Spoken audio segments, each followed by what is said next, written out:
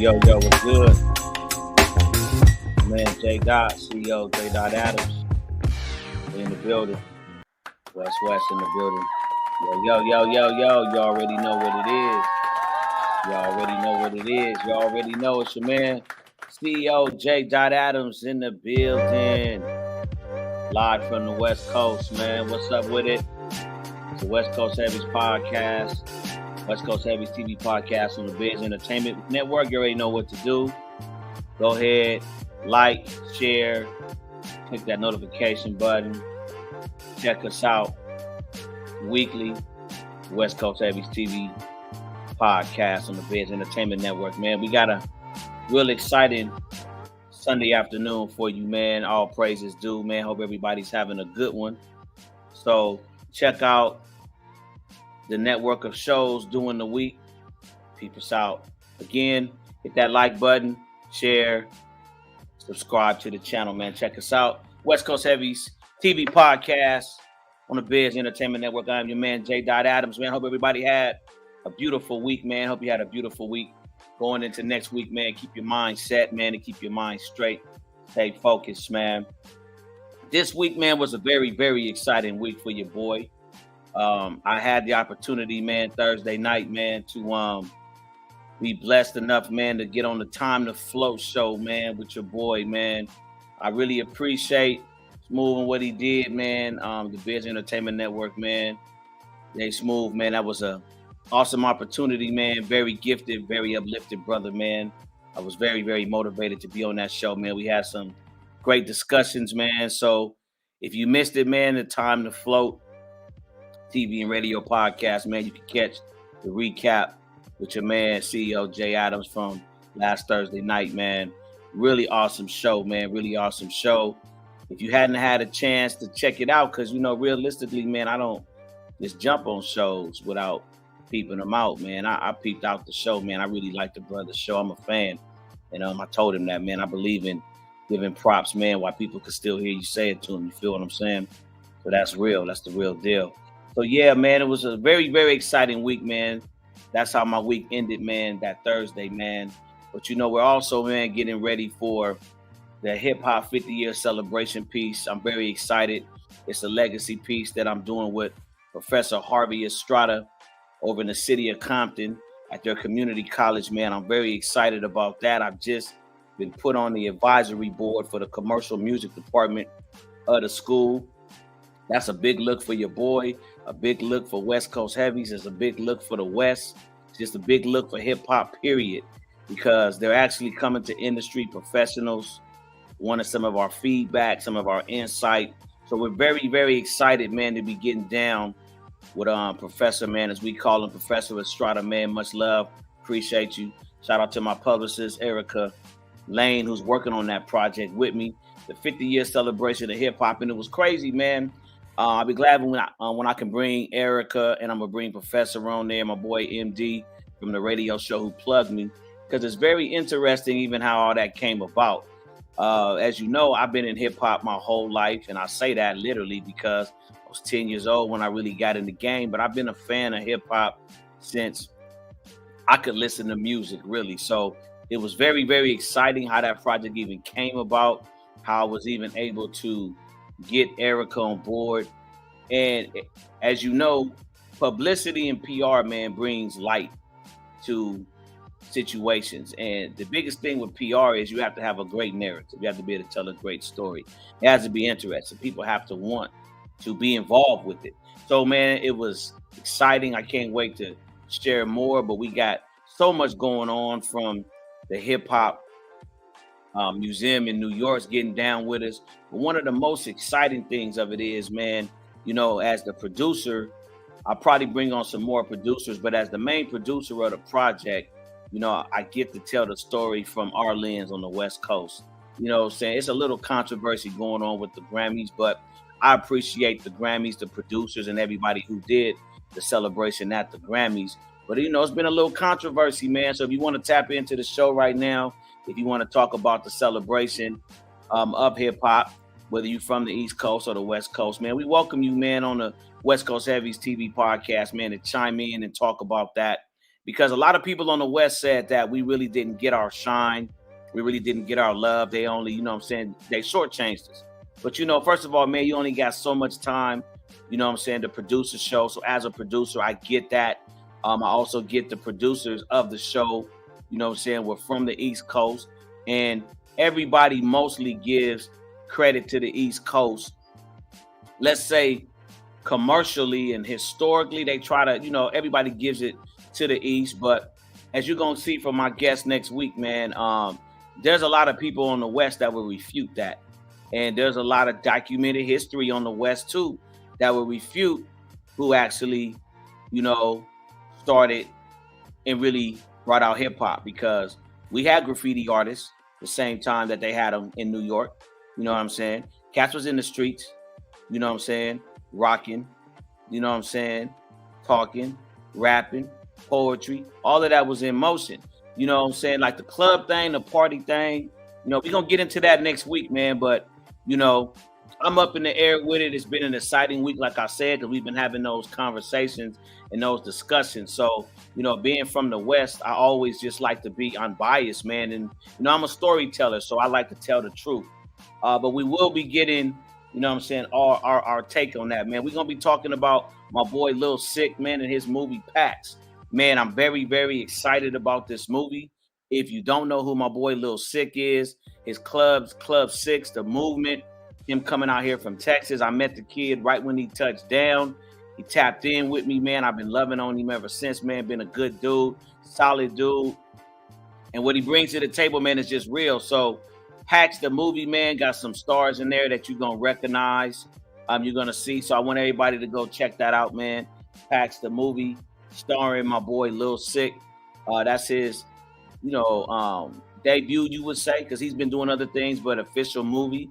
So that's his acting debut, man. So we real proud of that. So, man, we want to get into it, man. We want to bring up someone, man, who's very near and dear to our heart, man. We call this part, this is like where the Heavies is coast to coast. So West Coast Heavies, man, has bridged out for a while. So we're gonna be talking to an affiliate on the ground in the land, straight out of Florida, Tiki Morris. So we're gonna be bringing up a segment that we're gonna be bringing to the show called Tiki Moments with Tiki Morris. So we want to get Tiki Morris in the building and welcome her to the Biz Entertainment Network. Her first time on the show. So Tiki Morris, what's going on with you? Oh, hey, coast to coast.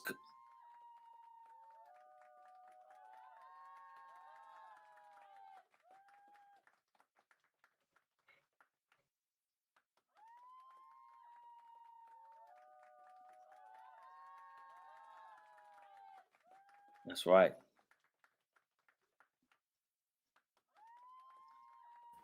We can't hear her. Oh yeah, we gotta get some more volume. So let's We let's can't try hear back her. in with that and let's bring her back out, y'all. So We can't. Yeah, tell her to just go out and come back. So all right, go higher. Hello? There you go. You there good. you You go. Okay, good. can you hear Let's me? bring her back. Let's bring her back. Tiki Morris. Can Tiki they Morris. hear me? I'm back again. Hello? Yes, yes, you back again. We can hear you, Yeah, I'm we sis. can back hear you. again. I'm not going nowhere. I'm back. That's what's up. That's what's up. So tell us a little bit about who you are, what you do in the industry. Tell us a little bit about you, a little background on Well, my name is Cheeky Morris by way of Cheeky. I am actually I do a lot of marketing, promoting, and artist development with independent artists. you. I Okay. get people connected to the right people in the industry.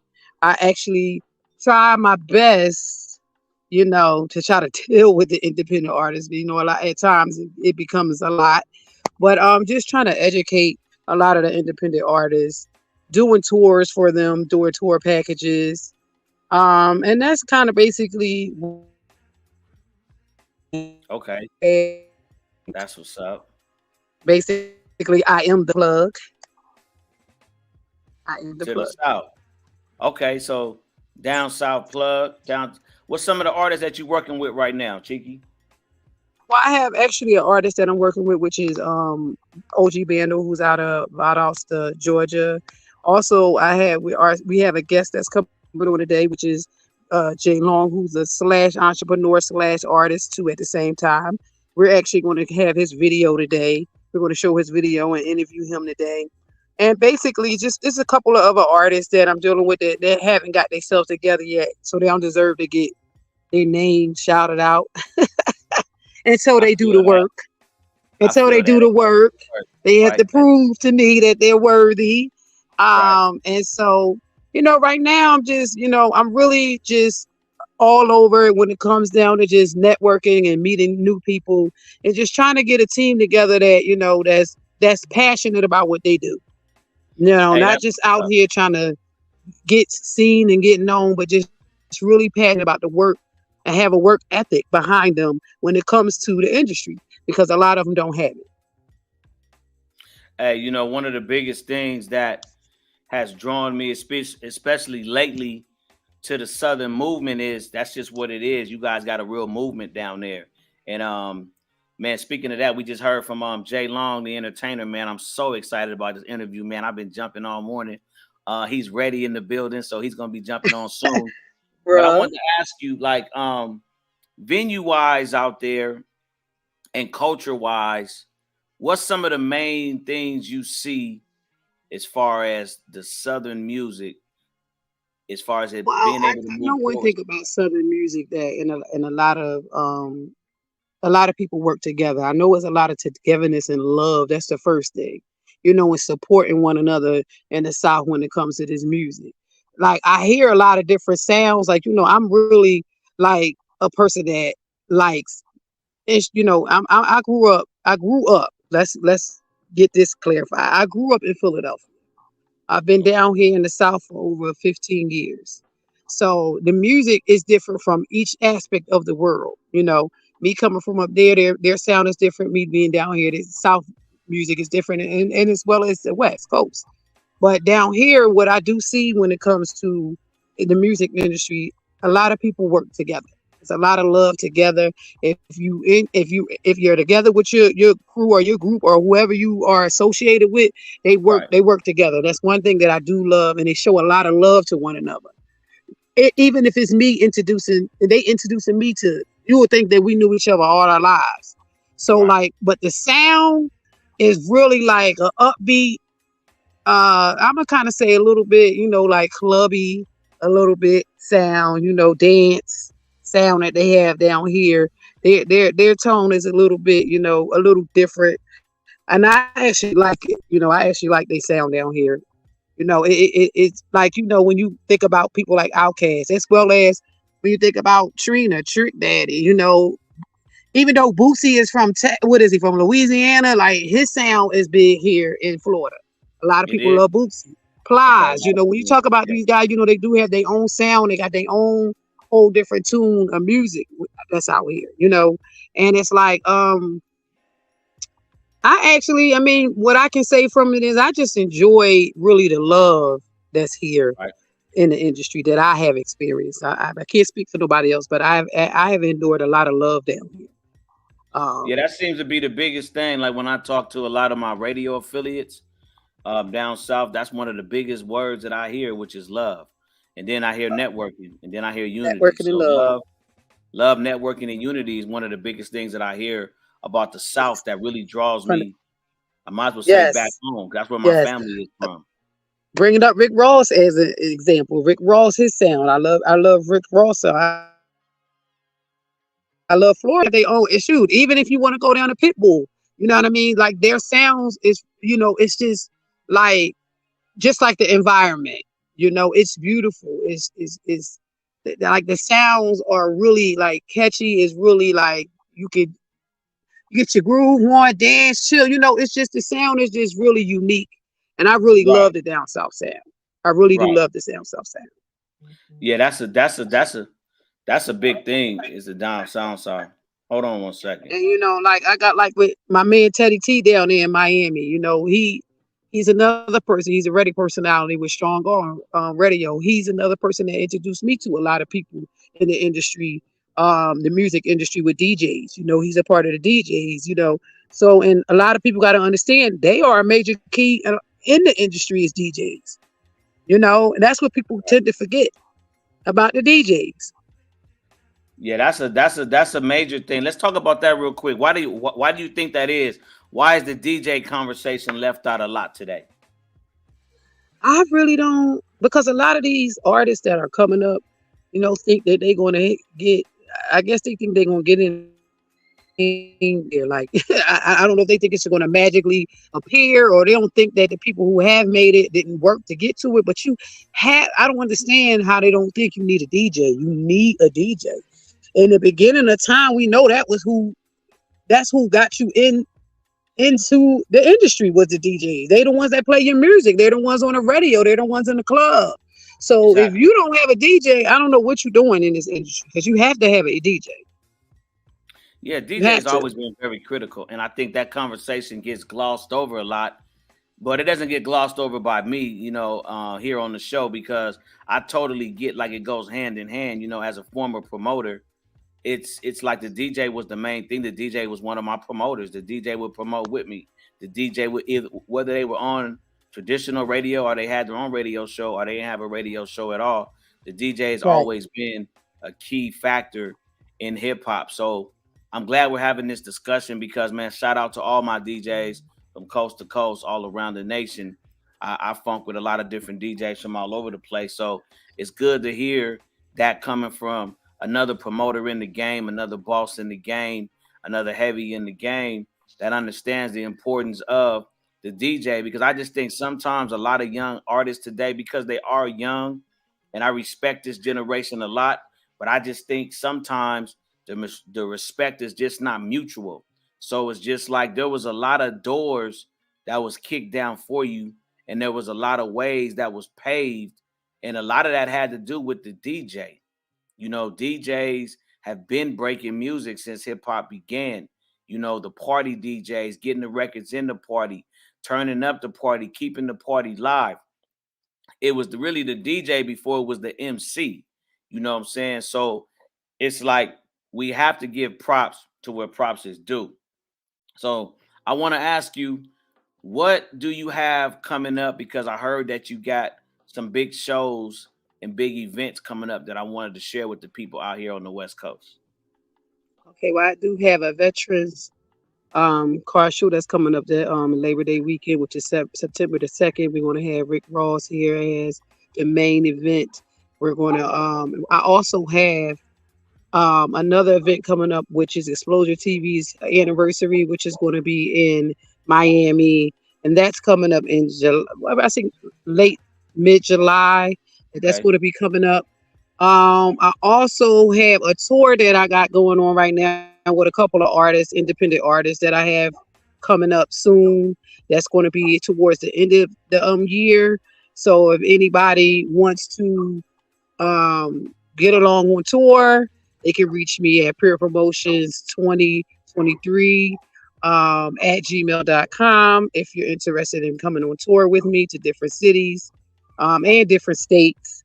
But my main event that I have coming up is that Veterans Car that's going to be Labor Day weekend. Also BET, should be BET, but I don't know. I don't know about that right now. But my main ones is the one my Veterans Car, my main one in my tour, and the Explosion TV's anniversary that we're going to be having. That's going to be coming up in July. So they are my events that I have coming up soon, and Okay. I'm just trying to see, and then I'm trying to get with this podcasting right here, Tiki Bank to Mo. make me a safe house. Come on now, come on now. So that's what's going to be coming up. You'll be able to hear different things from Cheeky Morris. So we'll be coming up. We'll be bringing that up, and it's actually going to be a branded segment that we're going to be doing on West Coast Heavies because I do have a situation, like I said, Heavies coast to coast, and that's one of our heavies right there. So you're going to be getting cheeky moments with Cheeky Morris. So once again, it's the West Coast Heavies TV podcast. Go ahead and like and share and hit that subscribe button, man, and check us out. Weekly updates. Tap in with your boy. So speaking of tour, we got my man right now, your bro, Mr. J Long, the entertainer. He's on tour right now. And why don't you tell the people what his big song is that he's pushing right now?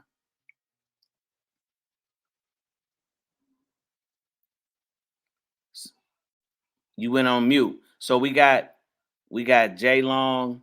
His big song right now, we got him backstage. We about to bring him out now. So his big song right now is Big Brand. Man, I love this video. It's one that you're gonna see many times coming from me promoting it out here on the West. Because I love the video. I love the song. If you listen to it, I'm not gonna spoil it for you. Because I want him to tell you about it, man. But the young man is very interesting. It's been a pleasure to meet him. It's gonna be even more of a pleasure to work with him. So I want to welcome into the show, man. I want to bring in my man, Jay Long, the entertainer. Want to welcome to the West Coast Heavies TV podcast. My boy Jay Long, what it do, man?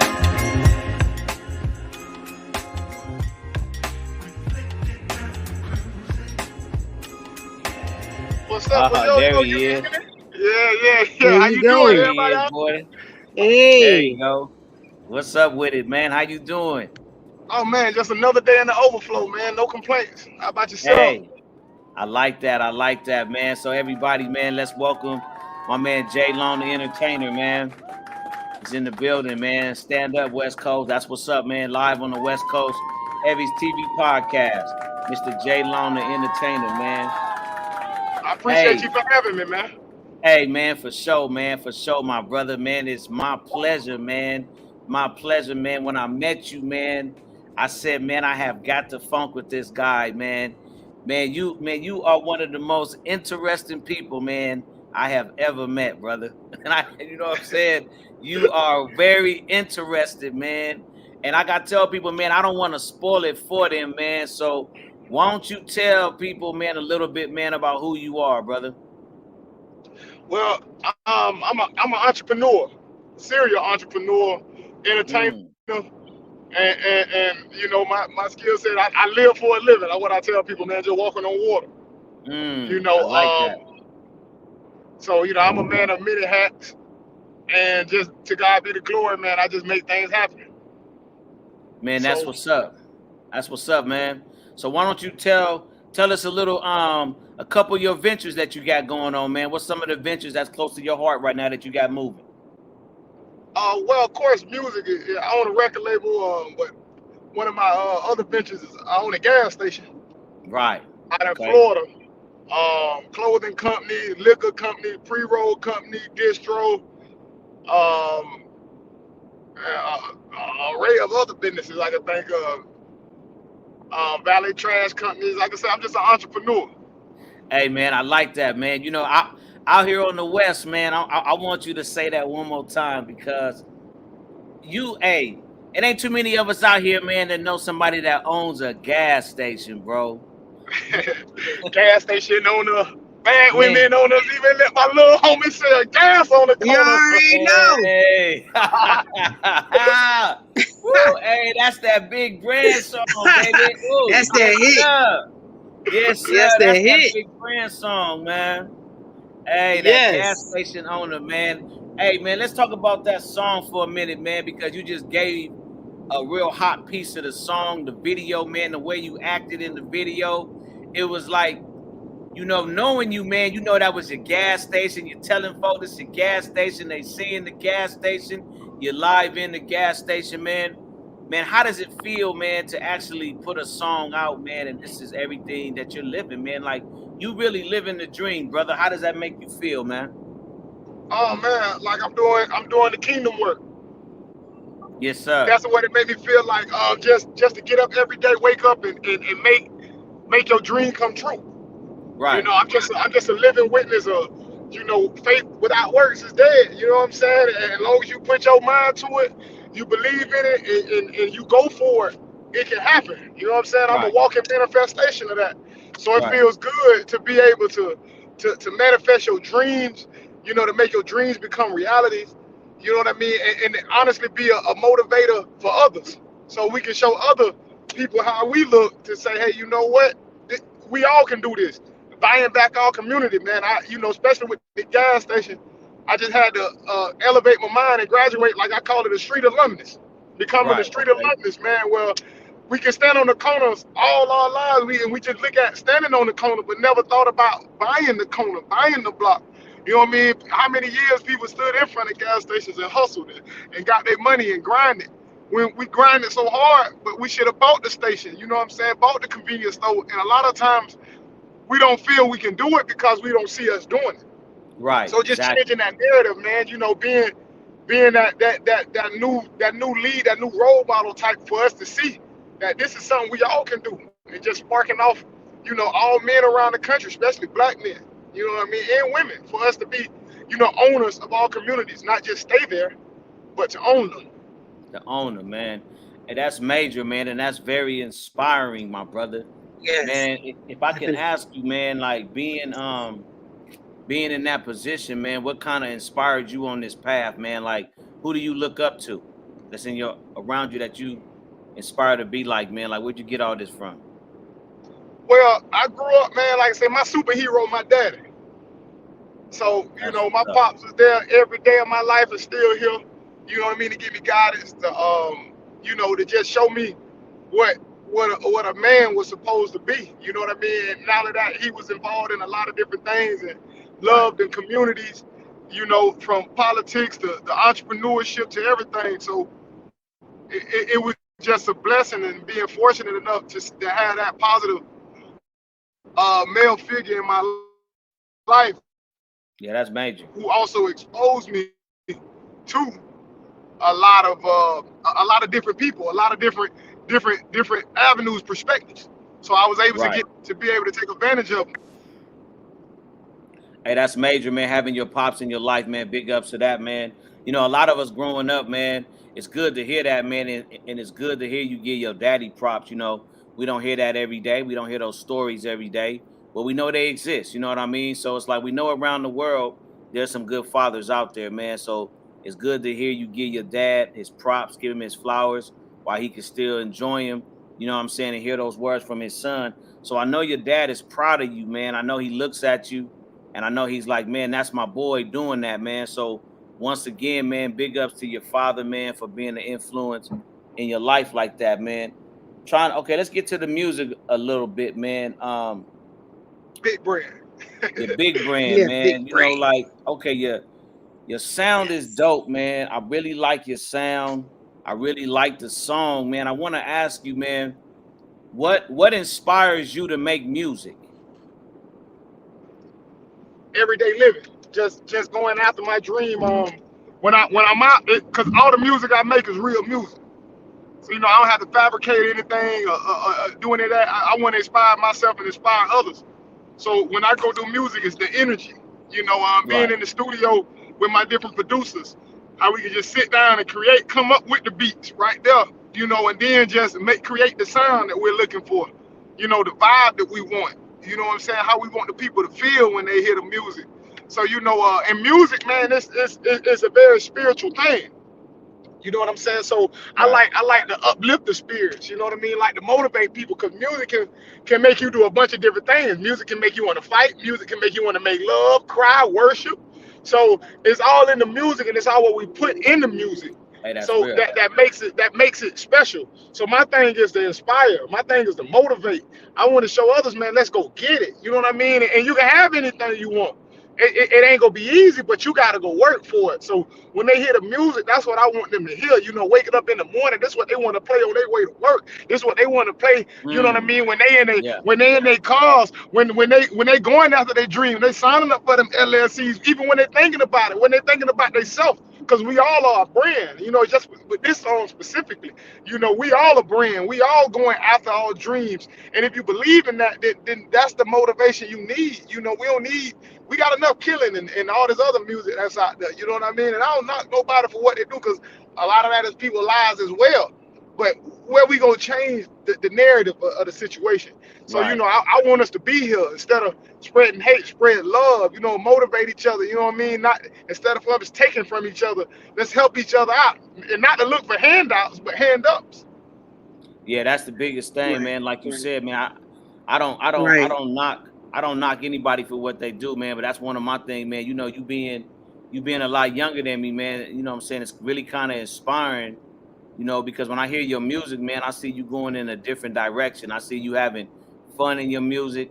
I see you living your life in your music, and it is inspiring. You know what I'm saying? It is uplifting of what you're bringing out, man.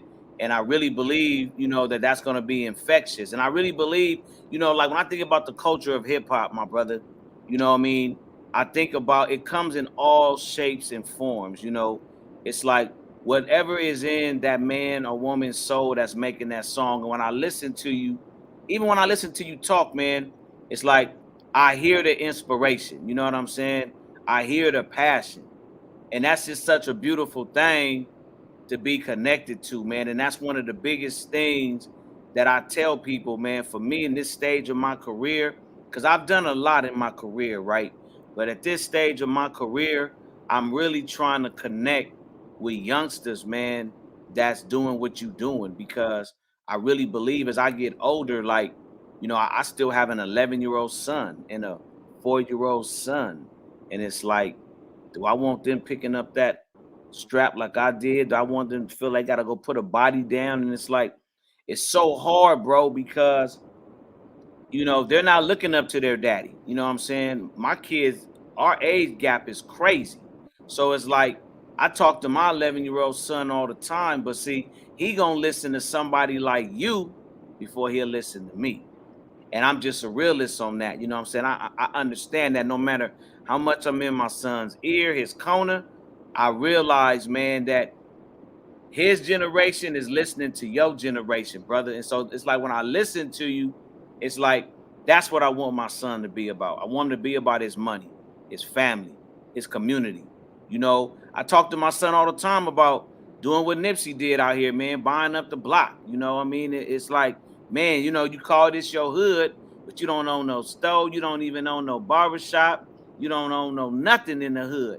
So just knowing somebody, man, like you, man, that's doing that, man, I gotta say big ups to you, man. What's one of the biggest things today, Jay Long, that influences, besides influences your music, influences you to keep striving for the next song? Like, you got a big hit right now, but I know how artists think. So it's like, what is inspiring you right now to go after that next hit? Because I know you're not done. Oh man, just passion, faith, knowing that actually every song I make, my goal is for it to be that next hit. I mean, like Big Brand is my single that's out now, but that was 67 singles ago for me. You know what I mean? I Wow. got a couple Wow. albums ready. Like I said, I'm in the studio every day. I got a studio in my gas station. So it's just the passion Wow. and love that I have for the music. And man, T can tell you, I remember, years ago, being at her house on the couch, we got the studio in the living room. You know what I mean? Right. Yes. every, And man, and look, I got old songs from back then you don't even know I got. I'm pretty sure they hits because everything we was dropping, man, it's inspirational. I like to make timeless music. When you hear a record, it don't have a expiration date on it. You know what I mean? Right. Ain't the beat that's this type of vibe. This not. I want to make songs that 10, 15 years later, people still playing it. It's a mantra. It's something that's out there that people want to have on their commercials. When people hear this record, like, oh, this made me do this at this time point. I got in the stock market and I hit, man. I believe in myself. Like, I want to keep making music, Wow. timeless music. Because that's the one that's going to stick to people. That's what people go remember. Honestly, to me, that's what Tupac was great at doing. You know what I mean? Making timeless records where people think you are ahead of your time because they can hear it, 15, 20 years later and it's still relevant. Man, yeah, that's deep, man. We don't get a lot of that today. And I always blame, I said I keep it 100, man, especially on my show and when I deal with artists. I always push artists, man, to make timeless music, even though, a lot of times that's not what we pushing in the industry, man. It's about what's the next hit. You know what I mean? But it's like we gotta stop allowing other influences in our culture, man. And that's a story I can go on for hours, man. We can talk about that later, how I feel about the music industry and how it's influencing artists the other way. You know what I'm saying? Like going against the grain is not really what is industry standard, you know what I mean? But when you listen to your music, man, I always say you got to tap into the culture. You got to Correct. create that super fan base. You know what I'm saying? That's what's going to keep your music going. That's why you got fans of Tupac like myself still today. Gonna always be fans, of Tupac's music, man. So, you know what I'm saying? One thing that I really want to do, man, is I want to see how, you know what I'm saying, Cheeky, we could get we want to get Jay Long out here, man, and we want to get his music in rotation more out here because that needs to be, I'm being real, bro. It's like the reason I look at it like such a blessing is because you know how you can pray for something, man. The Bible always says, man, what I believe, man, faith without works, like you said, is dead. So Correct. it's like I pray for situations like this that I'm on right now because this is what I know needs to be in the future. You know what I'm saying? I know as I get older, we need to be able to breathe life more into our young brothers who's making this music, man. And like I said, I've been doing a lot of studying with this hip hop celebration I'm doing. And I'm studying the old and I'm studying the new. And it's like, bro, you're a big inspiration to the new because it's filled with so much hate. Hate for your own kind, hate for your own brother, man. Hey, what's up, T Time? How you doing, fam? Man, thanks for tapping in. And it's like all of the hate that I see in music today, man. It's heartbreaking, brother, because I'll be real with you. You know, sometimes, geez, my age, man, we take a lot of responsibility for that because we feel like we kind of like opened up Pandora's box. And then it's like once we opened it, we couldn't close it. And so it's like now, all right, bump the entertainment side, youngsters today is actually living out their street life for real. And I was just studying the MO3 situation, and I've been studying that for like about a week straight, and it's like that's a crazy ass scenario, man. When I just think about that, man, and then I just really trace it all back. So it's like when I see a youngster, man, like being able to still create music that's hot, that's relevant in the culture, but you're not talking about killing your own and laying your own down. You know what I'm saying? It's just inspiring, man. It's kind of like what I tell Biz about his music, man. It's kind of like it's inspiring when you hear stuff like that. That's hot. People love it, but it makes you go in the motivational direction versus the negative direction, man. So it's like salute on all your accomplishments, man. So as an artist, my brother, what do you feel makes Jay Long the entertainer, man? What makes Jay Long unique, bro? Oh man, Jay Long then wore every hat you can think of in the entertainment. You know, from being a promoter, club owner, DJ, host, hype man, you know, to running the door and doing all that in the same night. Right, right. I So know the to feeling. understand Yes. everybody everybody point of view, just like I heard y'all earlier talking about the DJs and how the respect that the DJs has diminished. And the problem is people not understanding the industry. They didn't think, you got people who think the strippers run the world. You got people who think, everybody else controls the narrative of music. But like I tell anybody, the DJ is the most important person in the club. And and Right. and me being a promoter, I could have promoted this club and had 2,000 people in here. And if the music ain't right, them 2,000 people ain't gonna talk good about what was going on. And that's what made me host my own parties, throw my own parties. So I didn't have to worry about if the promotion is gonna be right. I'm gonna do the promotions, and I ain't gotta worry about if the music gonna be right because I'm gonna be on the microphone. But even being on the microphone, I mean, I just can't sit there and beatbox all night. I need a DJ that's playing good records. That's gonna allow us to have crowd control, master of ceremonies to make my job easier. And a DJ, people just simply forget what a DJ is for. A DJ is getting there to get paid to play records. So as artists, they think they go in the studio, I make me a hot song. You're not supposed to support the DJ. It's not even about paying, it's about supporting a person when they're doing something. And we got away from that. Like I look at all these guys Right. go in the strip clubs and they'll throw, you know, $2,000 and won't tip the DJ 50, 20. Exactly. Yeah, it's You know, changed. Crazy. the game backwards. Like anytime I do a show, Crazy. anytime I go anywhere, I always make sure the first person I'm gonna give any money to is the DJ. That's Because right. if it wasn't for him, we wouldn't have this atmosphere. Yeah. Exactly. Hey, that's exactly true, bro. We wouldn't have this atmosphere, man. And see, like when you say, man, you been the promoter, you being the host, you being the artist, the doorman, man. I mean, so it's like having an appreciation like that, man. You can really see it in your style. And I could tell anybody, man, after hanging with you, you can really see it. You can feel your energy. You can feel that you got that experience, bro. Like I said, it's very, very hard to impress me, man, and to infect yo who you are on me because like I said, I've been around so many people. But it's like I can feel the appreciation of what you do. Like I can feel the appreciation of your craft, man. It's like it's very impressive, man, for you to be so young, man, to be doing what you're doing. And it's like, do you feel, man, really like okay, you when you say you've worn every hat and that's what makes you unique, man, I feel that too, man.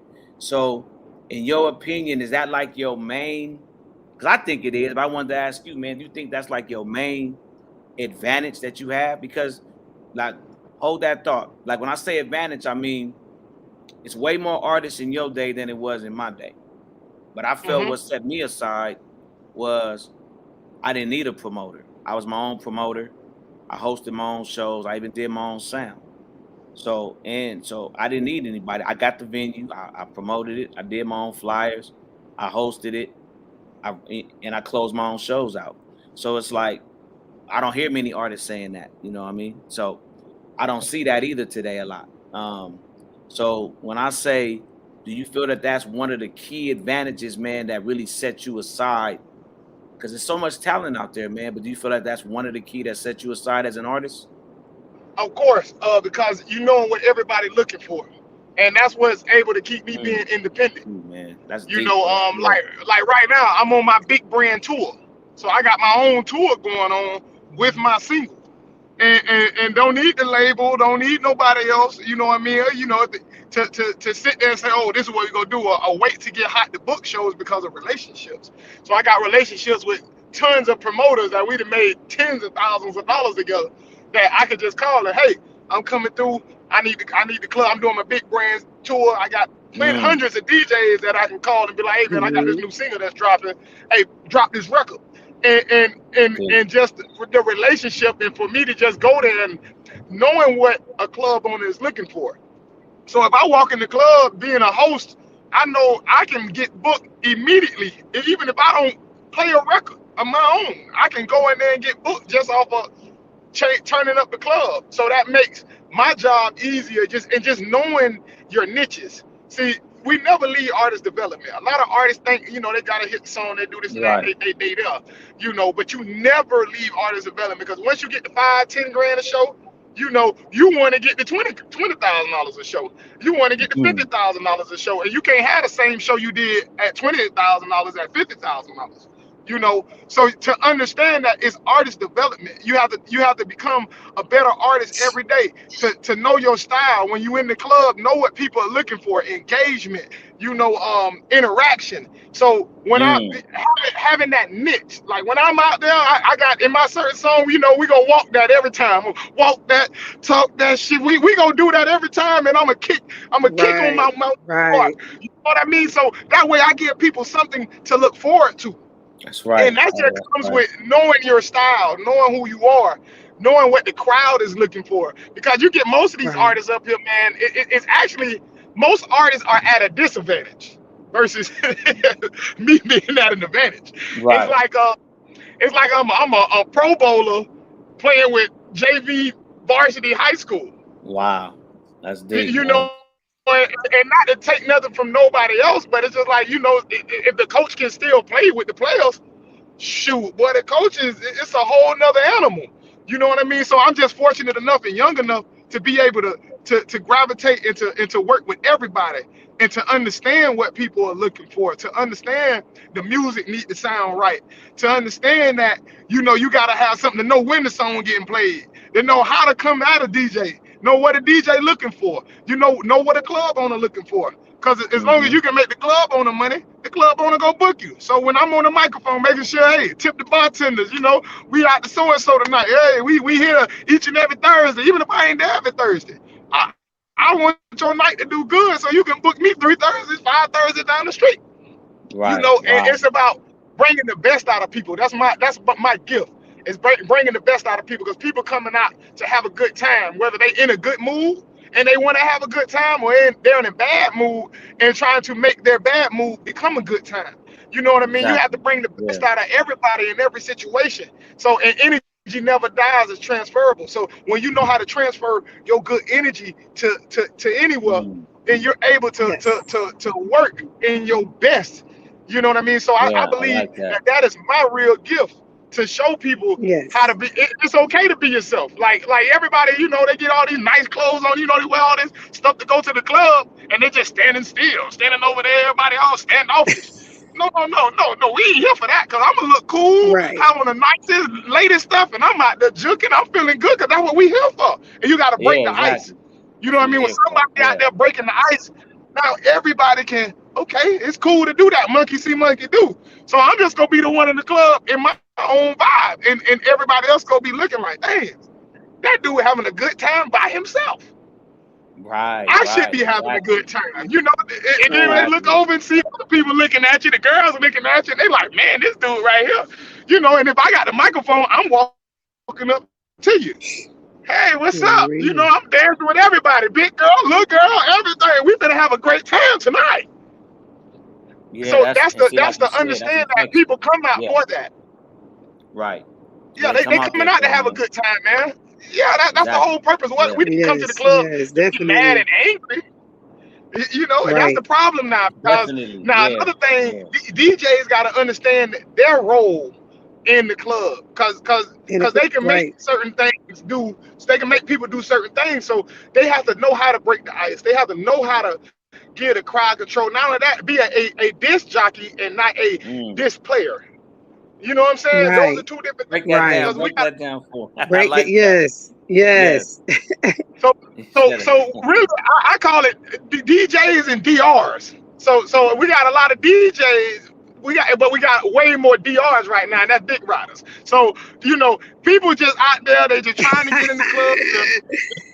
Right, bro. A lot of DJs. You already know. Right. Yeah, you already I'm gonna know. call it straight. You keep it when you see this, I got to, because hey, one thing about it, God has blessed me to see every point of view of it, every perspective. So I'm able to see what the game is about. Like, it's more DJs now who have to understand their role. They don't know their power, so they don't know that they the ones who make people millions of dollars. Right. And granted, yeah, you talking about, oh, you broke 2 Chainz. No, you did not break 2 Chainz of Jesus. Whether you played that record 4 times a night or not, that record was gonna be a hit regardless. And next thing you know, they booked 2 Chainz and they booked Jesus. These niggas won't even give you a high five walking in the club. So you really got that. People got to understand. We got to look around ourselves and break music. When you hear a good song, okay, you supposed to indulge into that record and say, okay, this is what we need to do. Let's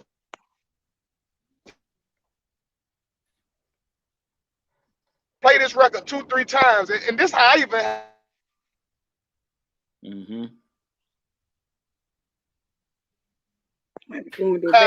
DJs to break my records. I teach you 30 seconds. Play my hook, then go to your next song, and then at the end of the night, you play the hook again, because now people done felt it's programming their mind. Now they didn't heard the song 3 times versus 1 time for 1 minute and 30 seconds, and ain't nobody attention span that long.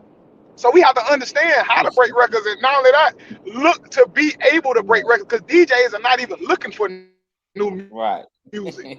They just playing what's hot. They got the same set that they doing every time, and they out there DJing for some drinks and just to see some ass at night, versus going after they check and being mad because they ain't really getting paid. And then a lot of them are not real DJs. And of course, the livelihood is different, but you can have other jobs and still be passionate about what you do. The passion is dwindling from the game as well. So, because it being so accessible. You remember we said earlier, you were like, it's way more artists, it's way more, competition than it is back in the days. But it's kind of really not, because you got more people that's trying to do it. But that don't mean they successful. They got the know-how, and people with pure talent, but they might not have the right attitude, and that sets people back. So you got to be a likable person. You got to have a total package. I tell artists that you got to have a total package. You rather have, some people might want a superstar, but I'd rather have a coachable kid than an outright superstar, and he got a bad attitude. Because and the same thing with an artist. Right, exactly. Correct, because if you got an artist who can listen, who's coachable, we can create you a hit. We can make you a hit. Right. Yes. That's nothing to do. But are you gonna be able to understand that we need to do meet and greets? We need to show up on time. We need to go to these people and touch the people. We need to get out here and go do shows, whether it's 41 people in the crowd or 41,000 people in the crowd. Do it the same way. Exactly. And to understand that it's the bigger picture, it's a goal. That's all about artist development, and DJs got to understand they serve that same purpose. And honestly, a lot of them miss out on their own money, because if they want to become a millionaire, they got to look at the people that's around them. If you got all these artists that's doing music, it should be easy to make an artist a star. If you're a DJ, you can make somebody a star, but that's only if you believe it and those people think it. So a lot of DJs don't want to, step outside that box. A lot of promoters don't want to step outside that box. But the DJ got to understand, book this dude. You need to book this dude. I can get him on artists that if I get you hot, I get you hot, man. You give me the first one on the dope split. Now the DJ making money like he supposed to. Right. So it's just understanding your position and understanding your power. Most people don't know their power. Like even the artists not understanding that it's not, you just not saying words. You're not doing that. You're influencing people. You are a role model. You are more than that. Yeah. And then they doing it just to get signed for the label, and the label ain't signing you unless you already hot. So you don't even need them. give you no money. You might as well do a distribution deal. What's the point of you trying to give me a couple $100,000 and I'm gonna make that back in shows and merchandise in 2 months? So But speaking it's the of that, right? mindset. It's the education Mindset. level. Right. So speaking of that, man, with your own label, man, that's basically what you're doing. How you're moving around. You setting up a real good example for artists, man. You saying you remind me a lot about Yo Gotti, man. I was there, you know what I'm saying? I remember when his record first hit the West. So, the way you moving around, the way you doing your own thing, man, it's kind of like to the point to where everybody can't do what you doing, you know what I'm saying? But when it comes down to that mentality, I tell artists, if you can do that, if you do got the bread to back that up, then that is the way you move, because you want to move, in my opinion, you know what I'm saying, you want to move into artistry, you know what I'm saying? You want to be able to build your own team. You want to be able to put good managers around you, good business managers around you. You want to be able to, like, one of the hardest things I saw transferring from artistry to the business world is it's hard to really transfer that energy over to a team. It's hard to get a promoter to promote for me as hard as I was promoting. It's hard to get a host to host as good as I was hosting, doing my own shows. So it's like understanding how to work with a team is a big thing where I say, okay, how you can really expand your career. So it's kind of like I always tell people, it came a point in time. It's even like now producing a podcast. I tell everybody, I've been in radio so long, I've been in music so long. It's like I was watching these leadership conferences that I watch a lot, these leadership trainings. And one of the biggest things that I've been learning is kind of like how I learned from my mentor. And this is where the game kind of changes a lot today. A lot of when I'm listening to you, man, a lot of youngsters can't get that because they're not willing to put the work and the time in. And when I say that, I mean that with all due respect. I said, I learned how to run a label because I was there with my mentor and my manager every day running the label. I was going to rehearsals, from rehearsals to studio sessions, from studio sessions to meetings. Sometimes our days would start at 2 a.m. Sometimes our days would start at 6 a.m, then into 2 a.m. It was always different. So it's like when I listen to an artist like you, it's always, okay, where do you see yourself in the next 5, 10 years? Because the biggest thing you could be doing now is getting people around you that can expand and expound upon what you're doing. Because if you look at it, man, think about when Heinz ketchup or your favorite ranch or your favorite whatever that you see has lasted for so many years recipe. What you got is a recipe. It's what I tell everybody. This is one of the biggest mistakes that I made, right?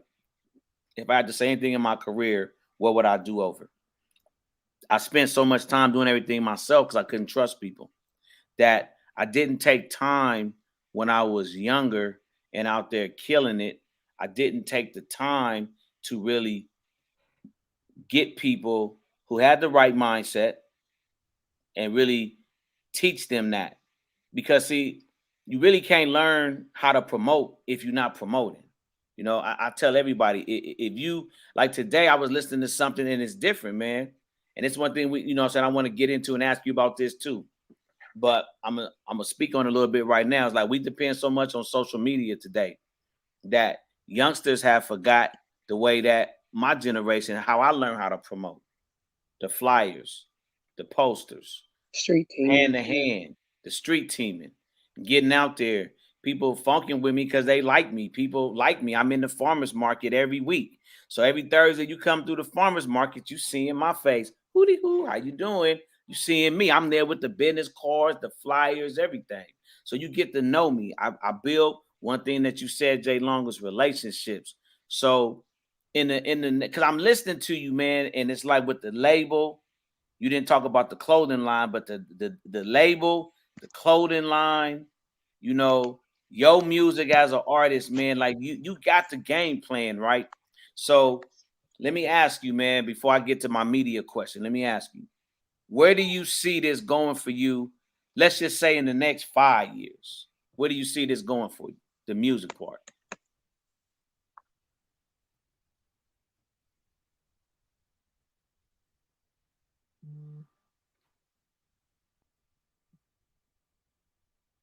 So in the next five years, where do you see this going for you, J Long?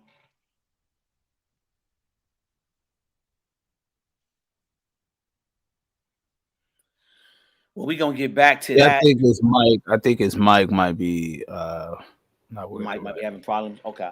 All right. Yeah, he may have to. Yo, J Long, can you tune out and come back in? Yeah, he may be having some audio problems. Okay, yeah, might have Oh some. I yeah, can we have do. his video here if you want to play his video until Yeah, then. let's man. While we waiting on that, man, Let's get to his let's check video. out this video, man. Let's check out J Long the Entertainer, man. Let's check out Big Brand live on the Westcoast Heavies TV podcast on the Biz Entertainment Network. Like, subscribe, the notifications button. Man, glad this nigga around. I don't give a fuck what a nigga talking about. Entertainer, man. Yeah, that song, man, goes good in the streets, the clubs. I know the DJs is tearing that song up, man, on the tour. So I know you're doing your thing, man. One thing I wanted to get to real quick, man, that I wanted to ask you, man. J Long, we love the song, my brother. Salute on that. Man, where do you see this going for you, man, in the next 5 years, brother? Where you see your music taking Can you hear me? There you go. Hello? I can hear you now. Shit, I don't know what was going on with the Oh, yeah, no, it's all good, man. It's that technology, man. Hey, was you able to see, we just played the video, Big Brand. We wanted to really get from you, man, with everything you got going on. Where do you see this going for you, music-wise, man, in the next 5 years? Man, the biggest brand in the industry. Man, I like that, boy. I like that. Yes. I like that. I look at myself as, the new Master P. Diddy. Wow. That's deep, man. With Come a on. dab Master P. I said we going Master P. So my goal is to not only create a platform for myself, but for other artists as well. You know what I mean? So, to have the tours, to have, the brands, and I mean that create brand ambassadors, create opportunities for other artists, and have the labels coming to me all day to promote their artists, and to change the narrative of the music industry. Because if we're not sitting behind the back rooms, if we're not sitting down with the people that's doing it, then we lost already. So my goal is. Yeah, we keep losing the volume with J Long, man, but it's all good. Technology sometimes gets in the way, but yeah, man, we having some little technology difficulties. But You back? You back? Yeah, I don't know what was going on. This Bluetooth did something crazy too, so I just had to turn all that off, man. So we just go back the old way. All right. I'm headed to the gas station as we speak, man. So I had a show last night in Orlando. Oh, you did? Okay, big ups. Orlando in the building. Okay. To be a mogul, you know what I mean, in this industry, and not just one facet, but movies, arts, just showing people different ways to entrepreneurialize, and to show artists how to also utilize their brand and their litness. Some people call it lightness. I'm gonna call it your litness, and make that, into a multi-billion-dollar, million-dollar corporation. To entrepreneurialize, to think about the lanes that most people don't think about. Yeah, that's what's up, man. Hey, you know what I'm saying? That's big, man. You know what I'm saying? You doing that for yourself. You doing that, opening up doors. Man, once again, man, it's the Westcoast Heavies TV podcast, man. We want y'all to like, share, subscribe to the network, man. We doing a lot of big things, man. Shelton, man, what's up now? We appreciate you. Appreciate you tapping in. Got a lot of people tapping in, man. We really appreciate the love and support. We got Cheeky Moore's guest hosting today, man. I'm glad she was able to make it in the building. We got our man J Long, the Entertainer, man, in the building. Yeah, man. West Coast Heavies stand up, man. Heavies, man, from coast to coast, man, really making that bridge and that line I want to draw, man, from the West Coast, man, all the way to down south, man. So What's your? We know you got the relationships, man, with the clubs, man. So this is what I really want to ask you as a promoter and artist, man. Do you really? Because I hear a lot of artists using this as an excuse. So I want to ask you, as an artist, I didn't hear you mention radio one time. So let me ask you: Is radio having it or not having it? Is it a major issue to you? No, it's not a major issue. I mean, and you got to work your relationships too, because radio is the record labels playgrounds. So they control a lot of stuff. So if you have a PR or different people that a PD that's actually a program director that's helping you in different areas, you working. But if you don't, you go with what you can go with. Internet radio, you go straight to the streets, go straight to the clubs, and get them to play your record. Get it hot enough for the radio stations to want to pick it up. And a lot of times, what I feel is a lot of people want to hit the big stations, right? And never not humble small beginnings. So for myself, Exactly. even with the tours and stuff, I love the backwoods. I like to go to where the people are looking for something new. Go to a P3 station, P4 station. You don't have to go to the P1 stations, the P2 stations. Go to the C markets, the D markets. Go to the C Because you market. can go Yeah. there and get a check way faster than you can, and it's going to cost you way less than it would be to go in the A market. So Exactly, I tell man. people to find a niche, man, because Right. everybody want to be on the big stage and ain't even conquered the little stages. They're not ready for the big stage. They get on the big stage and they go make themselves look look crazy. So when I tell people about radio, because everybody want to go straight to radio, man, don't worry about the radio, man. You got social media, you got different avenues, but radio is effective, and it's more effective in certain markets than it is in other markets, because you got so much stuff with technology, people playing, the MP3s and that. The technology. That's what we're speaking on right now.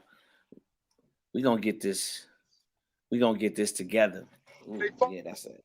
Phones, Uh-huh.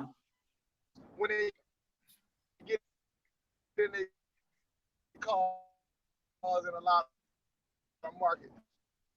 So hey, go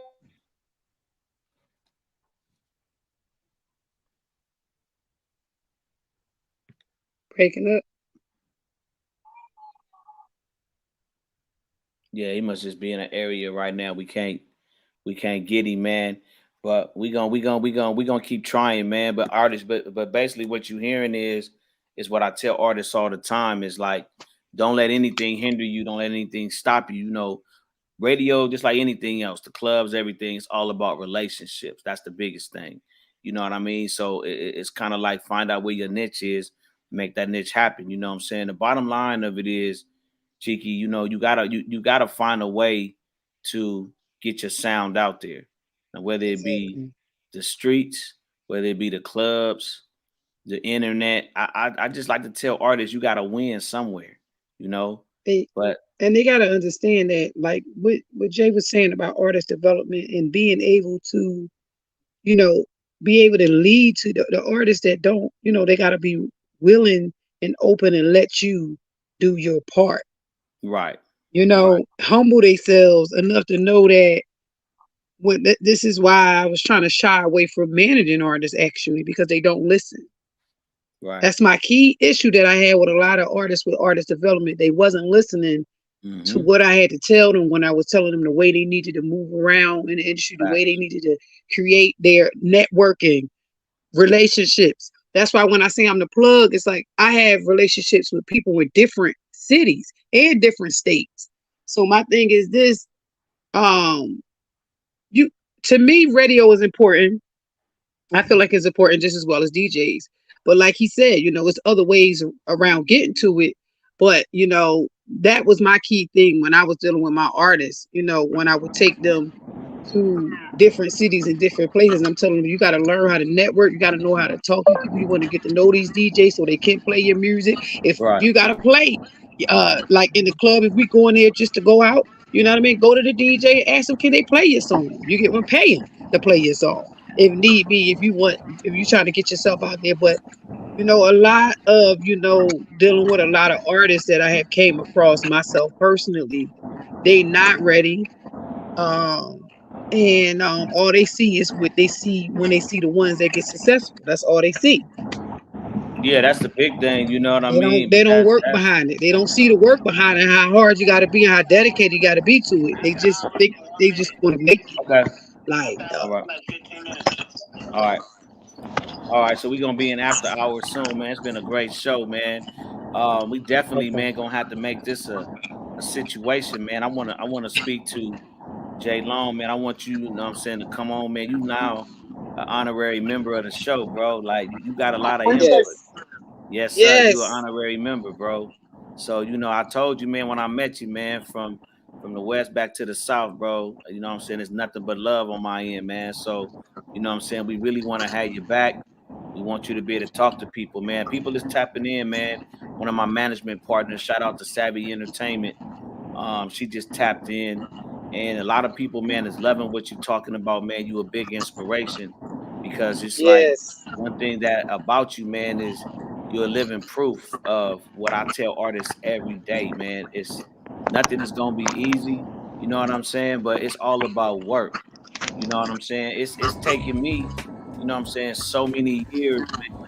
And then I look at what you're doing at such a young age, bro. So like I said, man, people are tapping in. People love your song, man. I'm getting hit, you know what I'm saying, on my phone as we speak. So people love your song. They love what you're talking Yes. about. They love your conversation, bro, and your experience, man.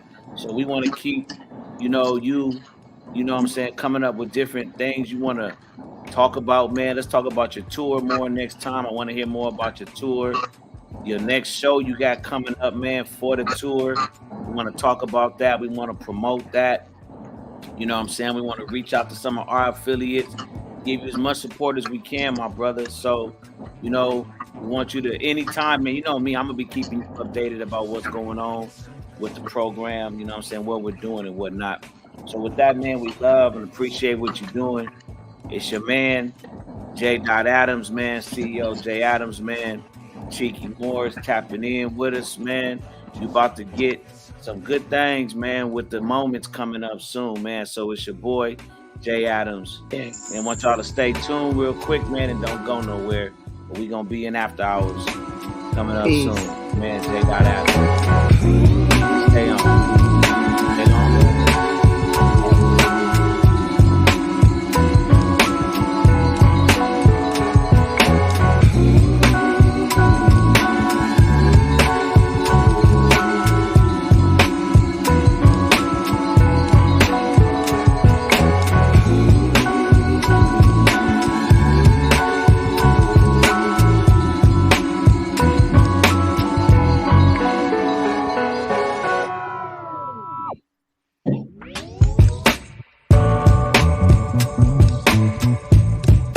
Oh man. Here's where you at. Casamigos. Huh? Man, what you drinking on? Over there? No. They better drink my Casamigos. Casamigos? Am I allowed to say that in here? Yeah. Huh? What you got that We in mixed the with? after hour. Am I allowed to say that with the Casamigos? They need to bring my Casamigos.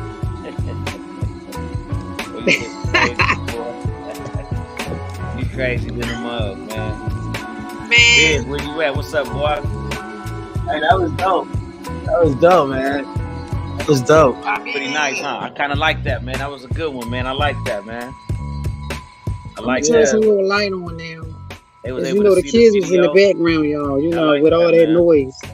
Yeah, that was dope. And That was dogs. dope. I think people can learn a lot from that. Turn this music down. I think people can learn a lot from that, man. That might be Honestly. good.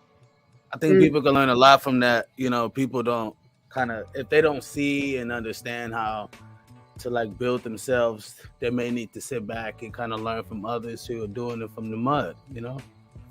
And that can change your perspective on a lot of things. Like I watch a lot of billionaires, and I watch a lot of billionaires fucking up. I don't watch the billionaires that's winning. You know what I mean? Everybody watch the billionaires that's winning.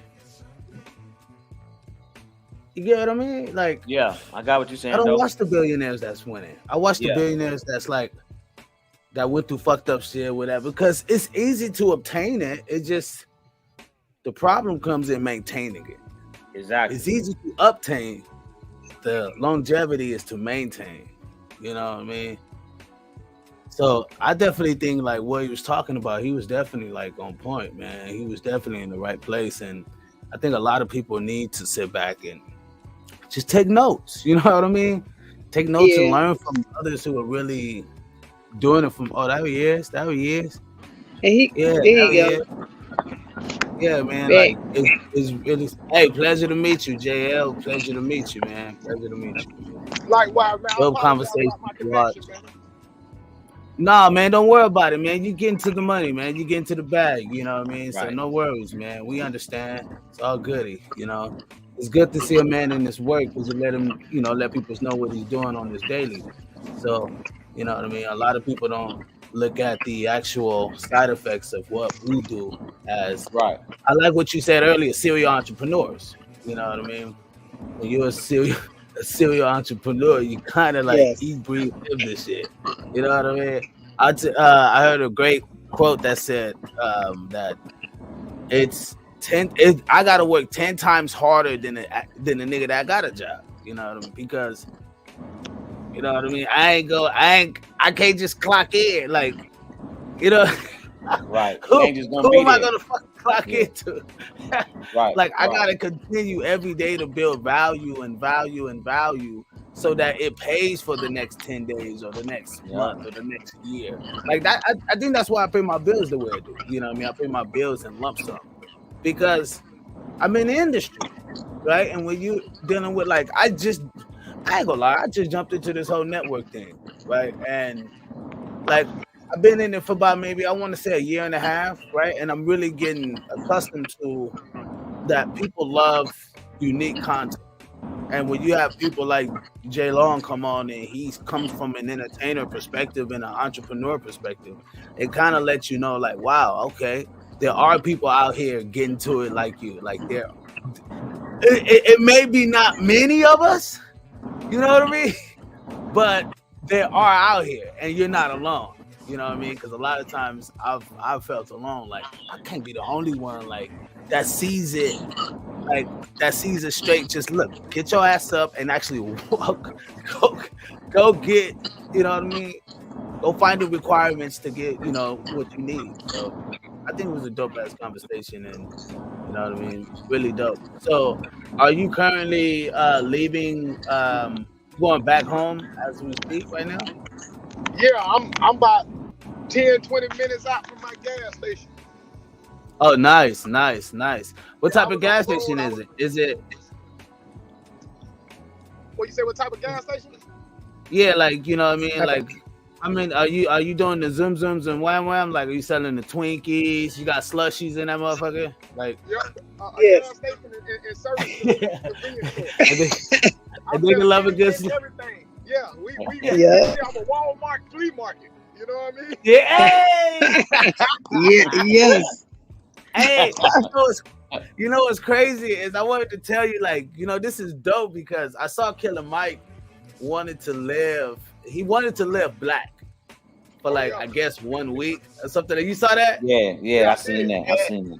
And he was like, damn, I'm on the street. Like it was like I can't I could get a person that has a gas station, but I need to find someone that sells cars for the gas station. You know what I mean? So it was like that's really dope, and I wanted to kind of tie that into building the connect. Like you need I wanted to do a network to open up to people with uncensored content, right? Without us having to put a veil on it, without us having to be politically correct. You know what I mean? Like Netflix. You ever see Netflix be politically correct? No. Not at all. and people pay more. You get what I mean? And I looked at it like, well, where's our Netflix? Who can be that voice that we could be like, you know what? Yeah, I know I can go to all these other conglomerates, right?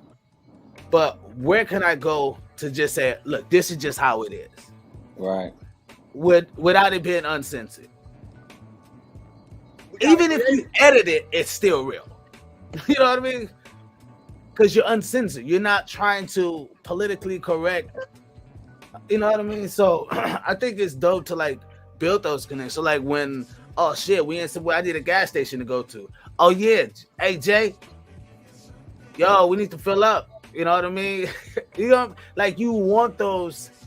You know what I mean? You need those conglomerates. You know, if you need to get a voice out, like that's dope. You know, I could tell people who's traveling, yo, if you're going in this area, stop at this gas station. Good prices. If you need to grab some slushy for the kiddos, you get what I mean? That's what I'm talking about. It's building that business. It's continue to build passive income with our own dollars and not having to go to. I ain't trying to be like weird or whatever, but you get what I mean. I totally get it. You can support real, your own, man, and we get these other people out of our neighborhoods. That's really, we can stop gentrification, man, one gas station at a time, because they suck millions of dollars out of our neighborhood. You know what I'm saying? They literally every year. If you think, if you go down any regular block, it's at least 5 to 7 gas stations on that corner. And they're all owned by Indians, you know, whatever they might be owned for. And none of them live in those communities. None of them support the communities. So, you know, and I'm fortunate enough for the pandemic, because that's when I bought it, when they shut the world down. So I was actually in the middle of the tour. And you know, they closed down everything. I had just bought a club too, down in Gainesville. I had just bought this spot, man, and 2 months later it got shut down. And you know, now I got a $10,000 rent I gotta pay here, and you know, I'm on tour, that's getting held up. So I decided to take my show money and my other funds and just say, you know what? Let me get an essential business. That's real, though.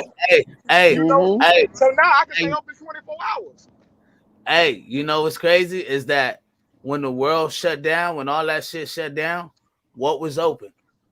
Essential business. Essential businesses. And that shit changed my whole perspective on everything. Like, there's a book. Where this book at? Oh, man. Oh, this book right here. It's a book I got, right? This book, right? It's microeconomics, right? And this book literally kind of shows you what's being taught, and like it's the principles of microeconomics, right? And it literally teaches you what's being taught into schools and colleges and shit, right? And what they're teaching society and what is society being accustomed to. And inside of it, it says that music is a part of essential business because of how people thrive on music, like tissue, right? And it's a form of entertainment of getting away from the norm, right? Let's say there's a great, I don't know, a big war that's happened, and people mostly listen to music to get away from that. Now, if music wasn't here, right, then we'll see a lot of people. You get what I mean? People need an scapegoat. It's an essential product, but it's crazy how society don't see it that way, or the government don't see it that way. They don't make it where we can still perform and give people away. Like all the clubs and everything shut down during that time. Wasn't nothing open. I came from Canada, and that shit was like literally 2 months later. I'm in March. It was like ghost town in LA. This is like, I'm like, what the fuck? Now, that was the first time I started the whole podcasting thing. You know what I mean? The whole networking thing was during that time. But that was it. It kind of showed you how the government really affected the music industry and shut everything down, and we weren't able to perform and go out. So that's crazy that you went ahead and bought an essential business. You know what I mean? Because that's definitely a great passive income move to stay sustained. You know what I mean? So that's huge, man. That's really huge. How long did it take you to establish that?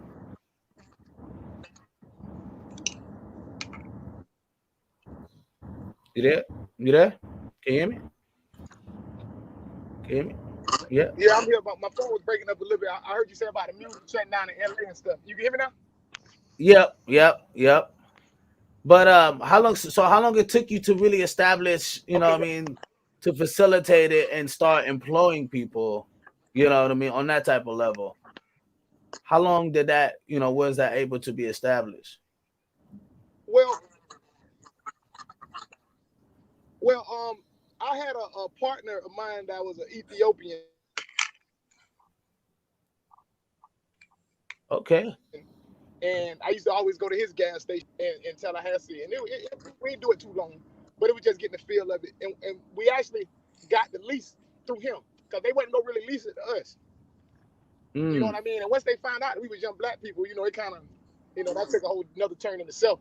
But Mm. you got to get your integrity pumps. You got to get your pumps checked. You got to get all your license and stuff right. So most of the time you can't even really open up a lot of new stores because of the grandfather license. Mm. You got to have because you got churches on every side of the corner and this and that. So we got the grandfather license in. It took us about 6 months, 8 months to get everything right. Probably maybe a Mm. little less than that. And I remember the Mm. first day we opened, the gas guy came out to check our pumps to make sure we could pump gas. And I remember being the first person to pump some, and I'm excited. But nobody else had gas on the street, and we got, because we had to get it down in the ground like 4 months before. So we probably got about 40,000 gallons, 30,000, something like that. And we excited. Next thing I know, me and my partner turn around and we got a line. And we had nothing else in the store at all. We didn't have one snack, no nothing. So we Damn. opened up. That's how we opened up, man. Just with strictly gas at that one point because it was a gas shortage everywhere. And So, is it true that the gas stations don't make money off the gas? They make money off the stuff that's inside the gas station? that's Or no? actual factual, correct. Okay. So Oh so wow. I probably make about 5 to 15 cents a gallon. Mm. Yeah, you don't make no Mm. money off gas. The oil refineries and all them other companies, they make all the money off gas. That's why you see a lot of chain stores. Mm-hmm. Mm. So we independent, and if you're independent in the gas industry, gas can be worse than the stock market. That's See, facts. the only reason we won at the beginning was because we had bought gas 4 months before. So because think about now, if I bought gas and it's cheap on the south, so say I bought gas at $3.25 a gallon, and tomorrow, you know, gas go down to $3. I lost 25 cents a gallon on 20,000, 30,000 gallons.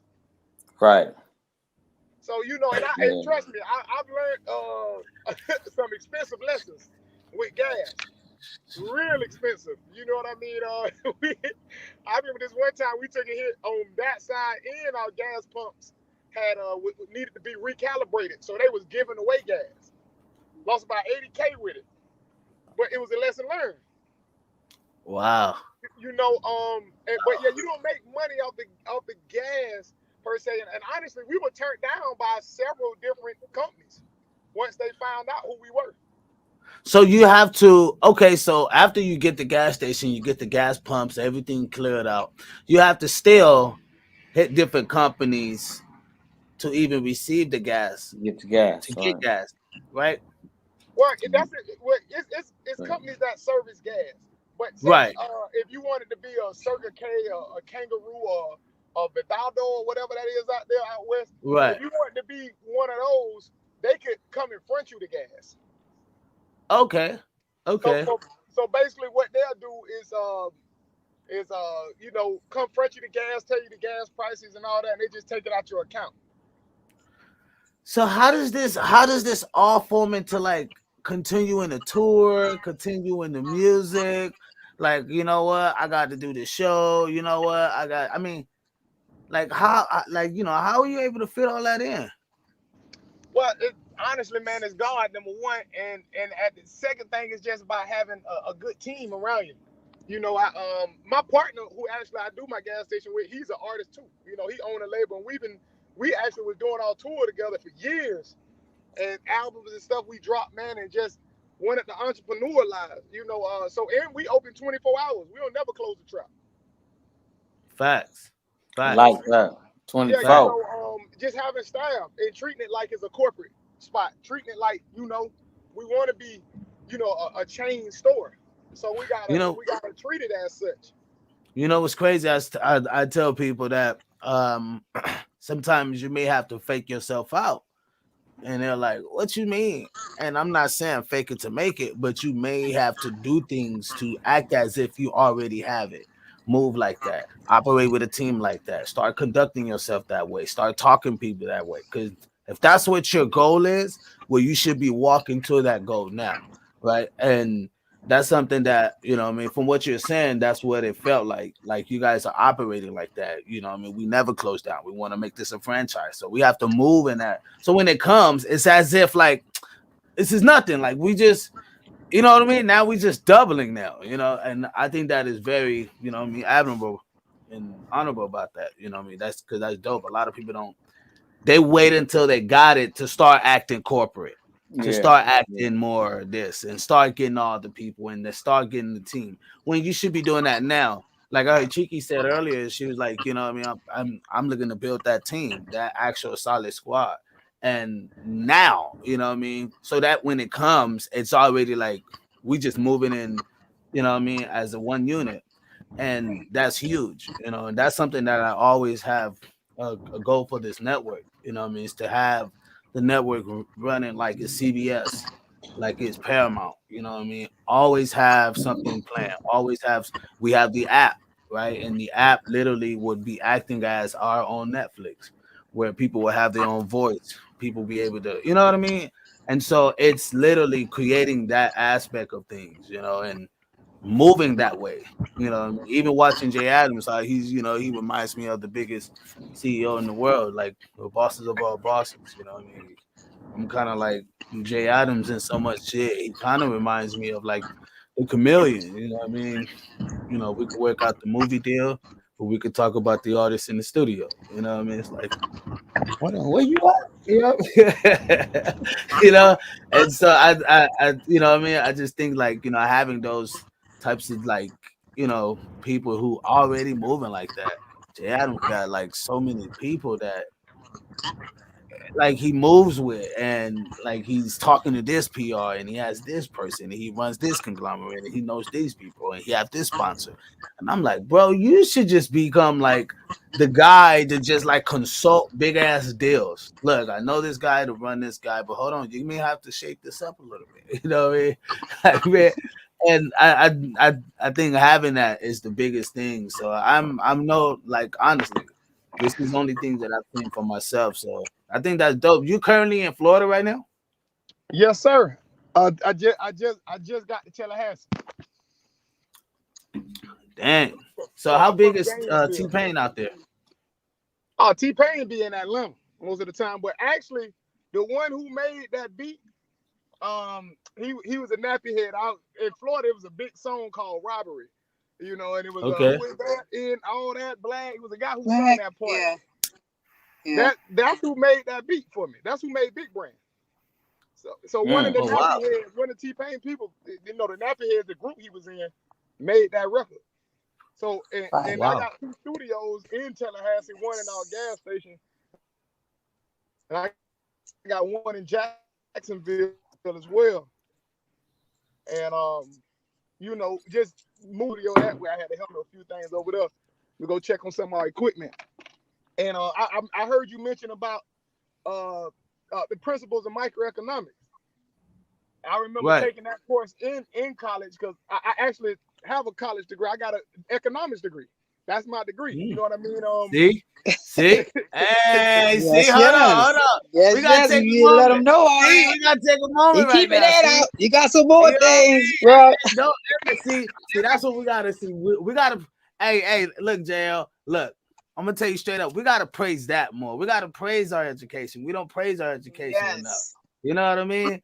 I don't give a fuck if it's 1 year. The fact that you know some shit, the fact that you understand some shit, you know what I mean? You move through some shit. That's the shit I be looking at. You understand what you're into. And that's the only problem I have with people getting into the business. Cats getting into this business and they don't know what they're getting into, and they just do it for the women, you know, for the bitches and money. And it's like, come on, bro, you in the way. But my bad. Go ahead, man. But yeah, No, you in microeconomics. Yeah, that microeconomics, man. Honestly, what I call an economics degree is a dope boy degree. You know, anybody who understands the streets early know economics. They just don't understand the language of it. And I used to try to get a lot of my homeboys and different people to go to school by that, because it's really buy low, sell high. You know what I mean? You want to go try to find a plug, that's outsourcing. You know, if you out here on the corner and you nickel and diamond, that's microeconomics. If you moving wholesaling, bulk, that's macro. You know what I mean? Just understanding how to maximize utility, maximize, you know, productivity. You know how to cut down and say, okay, I don't need to go this place. I need to make my swings all at one time. You know, hit a little loop. You know, it's understanding how to utilize time, how to maximize on that. Yeah, and that's where you know I teach a lot of kids to say, okay, this is what we need to do. Even from the way that I call my store. My gas station is called Trafficking Way, aka the Trap Way. And I tell people, we the subway of trapping. We'll sell you all your trap amenities except dope. You know what I'm saying? Like, hey, we might need to put something in it. Add a little extra store. Yeah, you in the corner every day and you hustling. You bought you a little bag of weed. You need a blunt. You know, if you bought you a sack, you trying to get off, but you need your scales. You know, if you're hustling all day, you need a t-shirt, you need socks, you need drawers, you know, you need something to eat. You know what I'm saying? We the subway of trapping. We sell you everything. Hey, Jay Adams, this was good. This is hey, good. Man, hey. Amazing. Hey, it's major. It's major, man. It's good. It's a good one. Hey, definitely. Hey, I told you, man. I knew when Tiki hooked me up with him, man. I knew, man, he was gonna be a good link, man, in the chain, brother. Because see, one thing that I'm listening to right now, right? Like it's 4 of us on this network right now. It's 4 of us on this live. I should be in Florida right now. That's where the fuck I should be. Yeah, right. I told him you had to come over here. You know, I was there. Whoa. Hey, whoa, we gotta cross it. Yeah, but go ahead. My bad, Jay. Nah, I was just saying, man. I was on the phone, like I was on the phone with one of my media bosses the other day. Dude is like the Byron Allen in our community because he's from Cali, right? And he had just made like 53 million for his company he bought. So being publicly traded, you know, it's very easy to raise money. Very easy when you're a publicly traded company to raise money. So like when I met Jay Long, the first thing I thought about is you, right? And see, my thing of it is, man, this is what we need to do more of. Like we need to start building our own, like with this network, man. What I really see from us is raising the money, man, opening up the building, and starting this. See, like when I look at what Herb Hudson that owns Roscoe's, what he used to do when he opened up Roscoe's Media Center that I used to work at. And see, back then, the conversations that we having now, you couldn't get youngsters. You couldn't even, like, it's 4 black people right now talking about this, right? It's 4 black people right now. We couldn't get 4 black people in one room to have these conversations. See, these conversations that we having are so important, especially when you understand the game and how much of the game we're giving away when it comes to music, when it comes to television, when it comes to film. You know, it's so much money into that. Like literally, he was telling me that right now. I was telling Cheeky that I said right now we could buy 100 brick and mortar radio stations across the nation. Like I'm only gonna do the simple math for you. If you just had we were just talking about 300,000 people giving you a $50 a month subscription. Man, that's $20 million a month, man. See, those conversations, they scare black people. And that's the biggest problem that we have today is we scared to have them conversations. We don't believe we can really do no shit like that. Like, how in the fuck am I gonna make $20 million a month? But Well, see, what I I'm mean, telling you what is, if I said that? I don't think that's bad. Like, I don't think we can't see it. I think a lot of us haven't been exposed to that type of information, right? And they think it only comes through a contract with a basketball or football, you know what I mean? Or a record deal, right? And they're like, or a movie right. deal, right? It has to be some type of form of entertainment, right? Like, I think there's only like top 10 black billionaires in the world. Jay-Z is like number 4 or 8 or some shit like that. I don't know. But what I'm showing you is that does other things. And the billionaires, they're not even entertainers. These top 10 black billionaires, the majority of them are not entertainers. So what does that tell you? You know what I mean? If you're not like doing things like, you know, building a network or like, you know, like J Long, right? With the gas station. You know what I mean? If you're not building other forms of passive income or some type of, you know what I mean, to go forward towards the community, some that like honestly, I look at smashing Ryan Seacrest, right? I think he's a great guy. You know what I mean? But when it comes to like, where do you see yourself? What type of entity? I see that entity. I see all the underground voices that's not being heard are able to say, you know what? Hey, I can go over to BEN and you know what I mean? We can get our voice out. You get what I mean? And that's something that I'm like, that's something that we'll be able to move waves with. Or like, yo, hey Biz, I'm in Florida, bro. I'm in Tallahassee, Florida. I'm in Florida right now. I need a gas station I go to. Oh yeah, hey, go holler at J Long. You get what I mean? It's stuff like that. I'm saying it's the moves. It's like that to me that helps move the community. You know, it's what can you do to help move the community? You know, we all could do music, but like, what can you know? So I don't think that was like, you know, I mean, I just don't think it's like we don't know, you know, but maybe I mean, I don't think it's like we're scared of the money.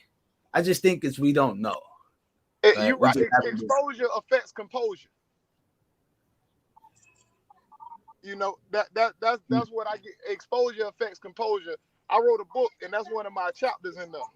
You know, and you're right. The more we exposed to, the more we can understand. You know what I'm saying? We only see us do the same things, then we'll never step outside of the realm of our comfort zone.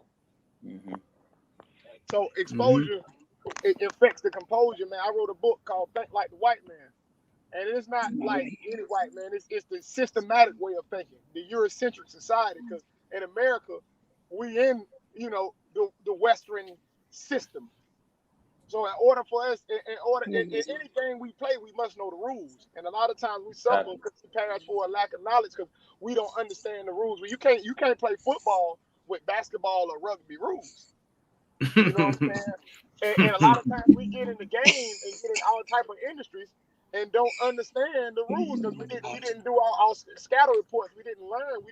We didn't educate ourselves, or we wasn't exposed to people that was in that field on a higher level. You know, so like you say, exposure is a big part of it because a person can only go so far as what they know.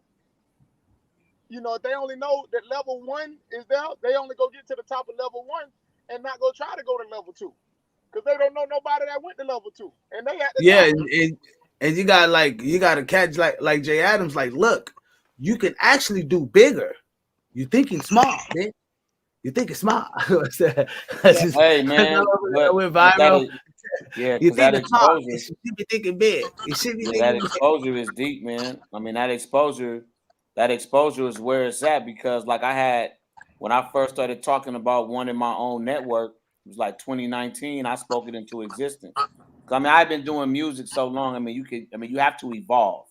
So it was like when one of my advisors called me. He worked at Netflix, and he called me, and he was like, "Jay, what are you trying to do?" And I said, I want to be the Black Tyler Perry of the West Coast, you know? And that's where my education on learning how to do a network began. And I never stopped that. So I understand you don't talk about a network unless you're talking about 200 million and up. Like they not cutting. Like literally this white boy told me, right? He asked me how much money that I think I need. And I said, I need about, I think I told him 200. And I said, he said, how much money do you need to do what you're doing next? Because I was working on a comedy project. I think I told him 250,000. The motherfucker laughed at me. I said, what you laughing at, man? He said, that ain't no money. He said, I need you to go back and do the budget for real. From line producers, everything you think, everything you gonna need, go research. Because obviously you don't know. He said, your budget needs to be 200 million and above. That was my first education. That's that exposure you talking about. I didn't know. You know, I didn't know everything that you see on them credits on production. That's all jobs. That's all money. That's all work. That's some real shit. So when you really look at it, that exposure is everything. Because I was told by some OGs when I was in the pen, don't know much, can't do much. You know, so it's like when you don't know shit, you can't do shit. But once you know what to do, and that's what I'm saying with us as blacks. Like I had this conversation now damn near every day because it's so real and dear to my heart. We gotta stop thinking small. We have got to end that shit of thinking small. We gotta think about providing jobs for all of us. Our fucking kids as employees. Chick, you say that all the time. My kids is my employees. That's some real shit though. That's real though, you know. We gotta start talking like that. I mean, that's real. We gotta really, because if not, man, I always tell my sons, it ain't gonna be the white man, it ain't gonna be the Jew boy. The next black extinction gonna be caused by us. Oh yeah. It ain't gonna be nobody else's fault. Cause we own this. It ain't gonna be nobody's fault. Cause you know what? My homeboy wrote this $50 million. My homeboy wrote this $50 million business plan for me for a motherfucking TV network, right? My second one. This motherfucker wrote it with AI while I was sitting there. A black dude talking to the motherfucking artificial intelligence. The motherfucker wrote me my $50 million pitch that probably everybody I went to go write it wanted $2,500 and up. This nigga did it in about 10 minutes. I was standing there. He did it in about 10 minutes and said, I'm going to text that to you. And the motherfucker texted to me. So now all my black ass got to do is go type the shit up, put my little graphs in and my little photos, and there it is there. But that was from a black man to another black man. That's what I'm saying. We got to start doing that shit. That's why I'm saying it's like, hell yeah, if I could expose your tour. Hell yeah, if I could put your gas station out. Hell yeah, if I could create a situation from artists on the West to go perform where you at, we breaking bread with you, and then you bringing artists out here. Hell yeah, because I don't know no fucking promoters out here doing that shit. Right. So it's like, hell yeah, I'm interested in that. You know what I mean? But that's what I'm saying, that we got to start doing more. And that's where I looked at business network. Like, man, I got my own network. My homie, but Biz is a black man. I work with a Puerto Rican. Now, I'm not knocking my partnerships, but I put it like this. I was in the clothing business. Like when Snoop Dogg started his clothing line, we already had Westwear. So I look at it like this. We used to always deal with Koreans because in LA, mostly when you deal with clothes, you're going to deal with Koreans. So we went to this Korean man. This is the realest shit I could have learned at 26 years old. This motherfucker said, I deal with you now because my business partner is still in Korea. But when my business partner come to Los Angeles, I not deal with you no more. I deal with him. So I tell everybody, don't be mad at me when I say I'm finna go fuck with another black man. Because, see, we the only motherfucking race, man, that feel bad, don't want to do that. We love everybody. No, man, fuck that shit. Every other race put their own mother. I don't work with them all, man, from Asian millionaires to Jewish millionaires, Koreans, whites, Chinese, freaking needs. They all the fucking same. When it comes to they people, they gonna look out for them before they look out for you. You know, so we the know that. only ones that don't do that shit. We don't do that shit, man. Nope. We too busy out here, especially out here on the West. We too busy worrying about what bitch you fucking, how much money you got, nigga. How much we too busy worrying about that bullshit instead of working together. And that's so sad because I see that on so many levels. You know what I'm saying? It's so many dudes out here that know what I'm doing, that seen what I'm doing. But as soon as they hear I started working on a network in 2019 and I fucked around and told them my idea, and they had the next thing I turned around, these niggas had a motherfucking Roku channel, nigga, and a whole lot of. I'm like, well, goddamn. Like, why couldn't we do that shit together? Why couldn't we work together and make it even bigger? Because everybody want to have their own shit. So it's just crazy, man, when I look at our people out here. So that's why I've been telling myself, well, maybe it is time to go back down south. Maybe it is time to go link up with some cats down there. It's a culture issue. I believe that's a culture issue. It is. Because we got the same issue down south. You know what I mean? Because people are worried about the wrong things. You know, they worried about, like you say, who fucking who money is this? You know what I mean? This nigga looked like he got it, and they made it. Right. They don't know what the hell this nigga going through. He just looked like he got it, and I want it. You know what I'm saying? Exactly. He can look like he got it. And I want it. It just look. It just there go the station. I recognize the colors. That's just our culture. Period. Our culture just thinks like that. Yeah, it's yeah. Huh? But we gotta get. Oh shit. We gotta eliminate that shit though, man. I got a dinner for you. Huh? I got a dinner for you. What's up, man? Hey, bitch. Yeah, bro, he going in the store now. We on the show next week. Concrete in there. What was that? You might see the new killer next week. You might see the new puppy next week. Oh, you got one? Hey, he coming, man. We go ahead, bro. Come on, cause he's entertainer too. So you gotta understand that, he wear a whole bunch of different hats. Nah, but that's what we need though, man. We need more of this, man. I'm here for this though. I'm here for this all day. Putting our What happened to my light, Lord? Oh man, my light. I'm in the dark. What's going on? Told you, man. This network finna be so big. Telling you, boy. Yeah, because Cheeky about to turn up on y'all. I let y'all talk. You know, I let y'all talk, but I'm gonna turn up on y'all next week. You know what I'm saying? Turn up on y'all next week. So Cheeky, let the guys have it this week. I let your guys have it this week. I'm gonna turn up on y'all next week. From the gas station, Biz. Oh. I need the network to send me to Florida. I want to broadcast from right there, the gas station. Right there. I got you. I'm gonna make it happen. I'm gonna make it happen. That'll blow niggas' minds, nigga. I'm broadcasting live from the gas station, nigga. Okay. Shit. I recognize that in the video. That's the gas station right there. I seen the color. Right there. Yup. So I'm yeah, that'd be dope. We can make that happen. That's super dope. Yeah, definitely got to get over here. Y'all see, man. Yeah, I'm live at the gas station right now, man. Yes. That's I don't really know how to change the cameras around, but we can see you though, bro. Yeah, this right. And then I was telling you about my studio over here, man. You know what I'm saying? We gonna keep the studio right here in here. You know what I mean? We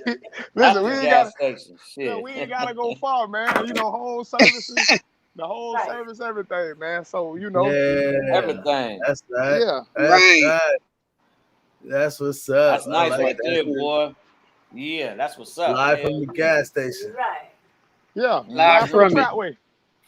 Right. Trackway, yes. Trackway. Trackway. Yeah, Trackway, no way, man. That's how we do it. Right. But I want to show other people how to get it too. You know what I'm saying? Because it's too many gas stations on the corners. And education. They ain't owned by us. You know what I mean? Right. So what would you say that? Traps. Talk about it. So what would you say would be the downfall to be to look ahead if you're trying to manage your career as a musician, entertainer, and you're still creating passive income for longevity, what would you say would be like the toughest part in dealing with that? Comparison. Hmm. Comparing yourself to the next man or the next person's success. Damn, this nigga got a hit. This song shitty. You know, Right.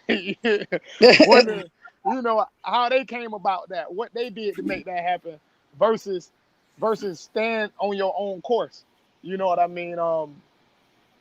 Think neck down. That's what I say. Just know what you're doing and go there. You know what I mean? Believe in it. We suffer because we don't believe in our careers as much as we should. That's another big thing. You know what I'm saying? I watch a lot of artists go through that and they get frustrated. They get flustered.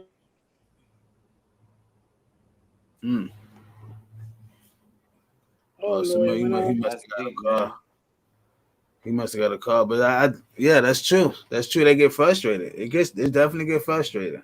You know what I mean? Jay Smooth even talks about it. He said we all like literally supported each other. Literally, like we'll be all millionaires. Like everybody will be a millionaire. Right? that's the key, And we support. Like me, I'm big on networking and supporting and communication. My whole thing is, I got a lot of different plugs in different cities, and I'm just not in Florida, and so I deal with a lot of people in different areas, and that be see. really the issue is support, because a lot of them, even in their own cities, you get what I'm saying? Yeah. So that issue that I came across with dealing with meeting different people and networking with different people, because I deal with a lot of conferences. Like they have they got the what is it, the Yo Atlanta Raps or something video awards Yeah, coming war up. coming up. Yeah. Yeah, that I'm invited to. Um and they actually, did I send you that, Jay, though? Yeah, you sent that to me. Who they award, like 95 South. They doing a lot of, our older artists too that's out there. That's another thing that I'm older artists bringing out, because everybody forgot about them, which I don't even know what kind of music they got out here now, but that's the music I miss, really, that real music. That's right. That's right. That we don't get to hear anymore. So how But before we head out of here, how I mean, I know Jay Adams got to go, but how different are you when it comes to the music? Are you like how Jay different am Adams? I when it comes to the music, or Because Jay what Adams I is pretty prefer? universal. No, I wouldn't say prefer.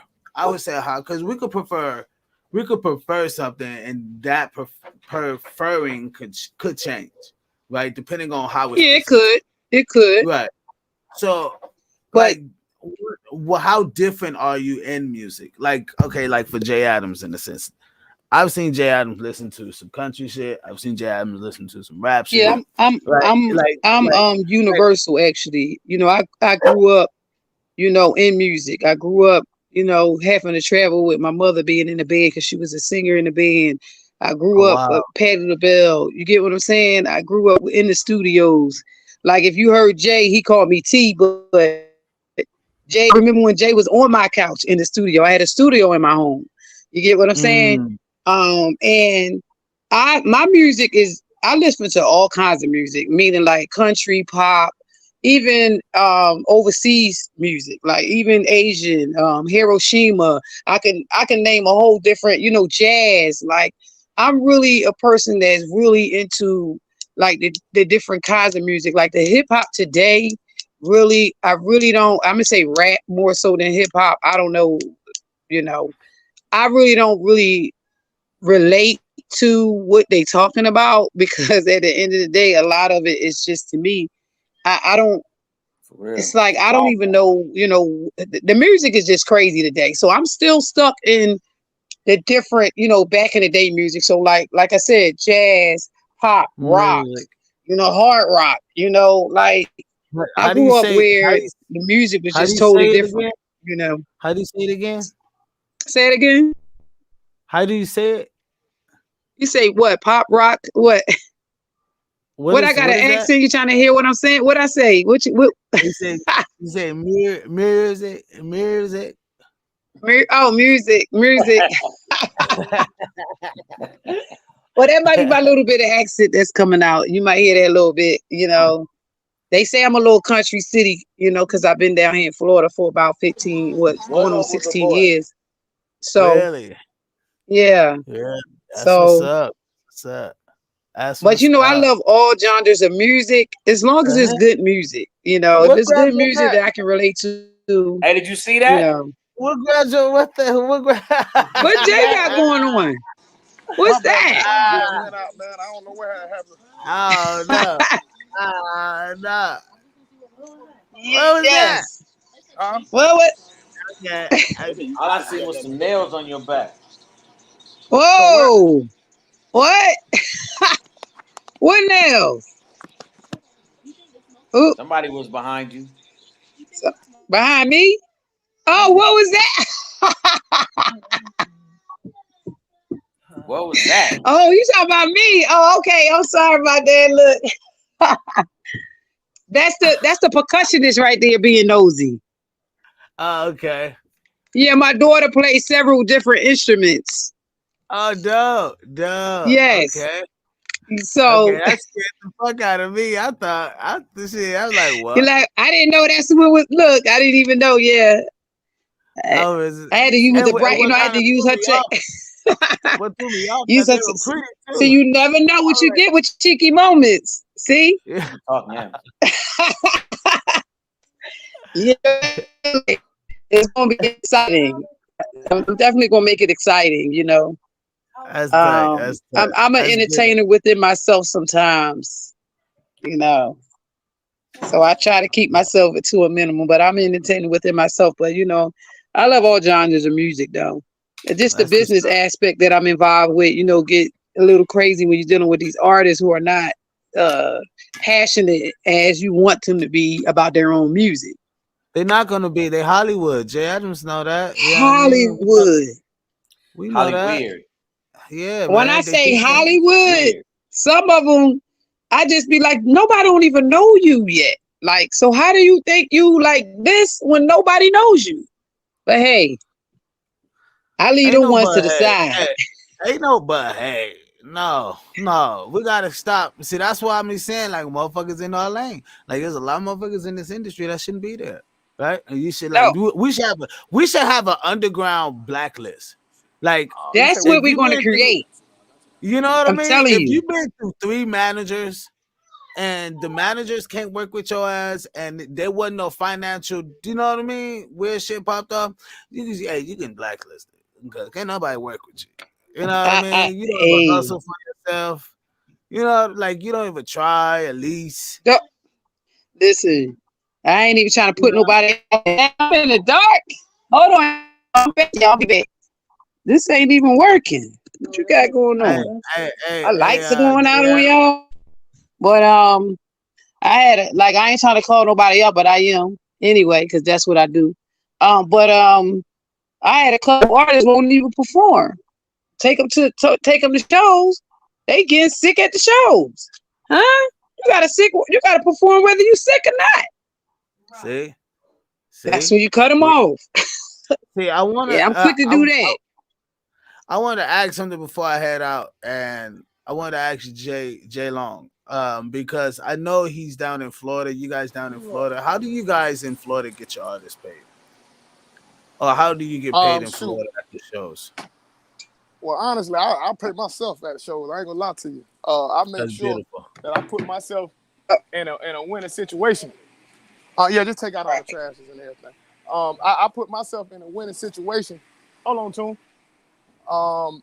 And what I do is I ain't waiting on the check. I'm gonna go create it. Right. So a lot of times, that's what I'm talking about.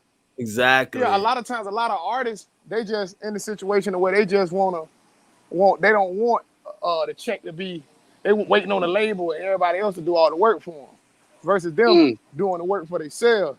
And if it ain't full, don't worry about it. And that's the problem that a lot of artists are having.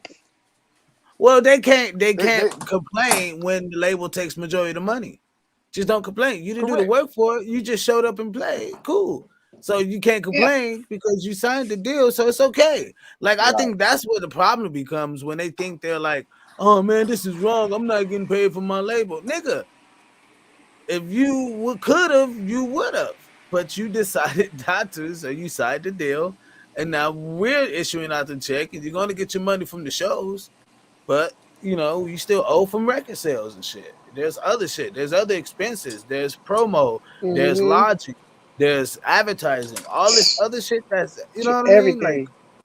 so And they yeah. gotta be what they don't even want to invest in themselves. They think somebody gonna get them something. No, Yep. this ain't like you ain't nobody gonna pay you if they don't know you. You gotta invest in yourself. Correct. Like you think Tony ain't investing. Listen, if I get you connected with people and you have the opportunity to invest in yourself to be where you getting yourself out there even more and you don't jump on the opportunity. I gave you the Mhm. connect, I gave you the opportunity. I'm not gonna do it for you. Nah, hell no. So, Gotta And that's and what a that's lot of what be artists going have on. issues with, man. Yeah. Exactly. They lazy. They real lazy, you know, and it's just crazy to me because it's like they got to realize how much hard work it is, and don't think because this my brother or this my connection that you going to get. No, I'm giving you the opportunity in yourself. This is what it's about. If you trying to come up and trying to get yourself paid, ain't nobody gonna pay you if you ain't trying to put no money into your own pocket. Invest in yourselves, put some money into yourself. Like I don't get it, but that's what we be coming You know what's across so too with a lot of crazy? these artists. You know, they looking for, like you said, the industry to take everything, but it's like and I'll be spend right back. money on them. But it's like you ain't investing in yourself. They don't see you investing in yourself or making the things happen on your own. Ain't nobody gonna pay you. Ain't nobody gonna pay you. Right. Right. You Nah, know you it's gotta be crazy. willing to move around. Yeah. Right, Oh You know, yeah. it's, right. and go ahead. Go ahead. Oh, I believe a lot of artists don't understand. The artists, the music industry.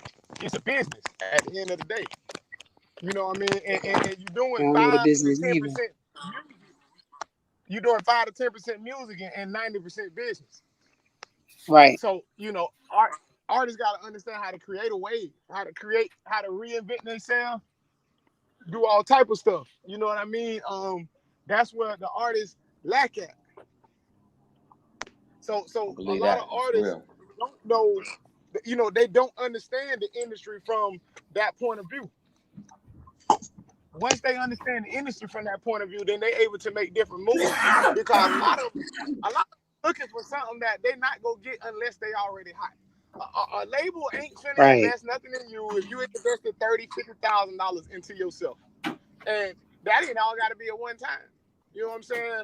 Um, it's just the consistency of it. So what Yeah. I tell somebody is, Cause find you 5 markets. I don't give a damn if they 200, if they only hold 200 people, 300 people. You work them 5 markets. You go over there and do dough splits. And if you did 300 people, that $20, that's $6 grand, that's $3,000. You get more than some major artists.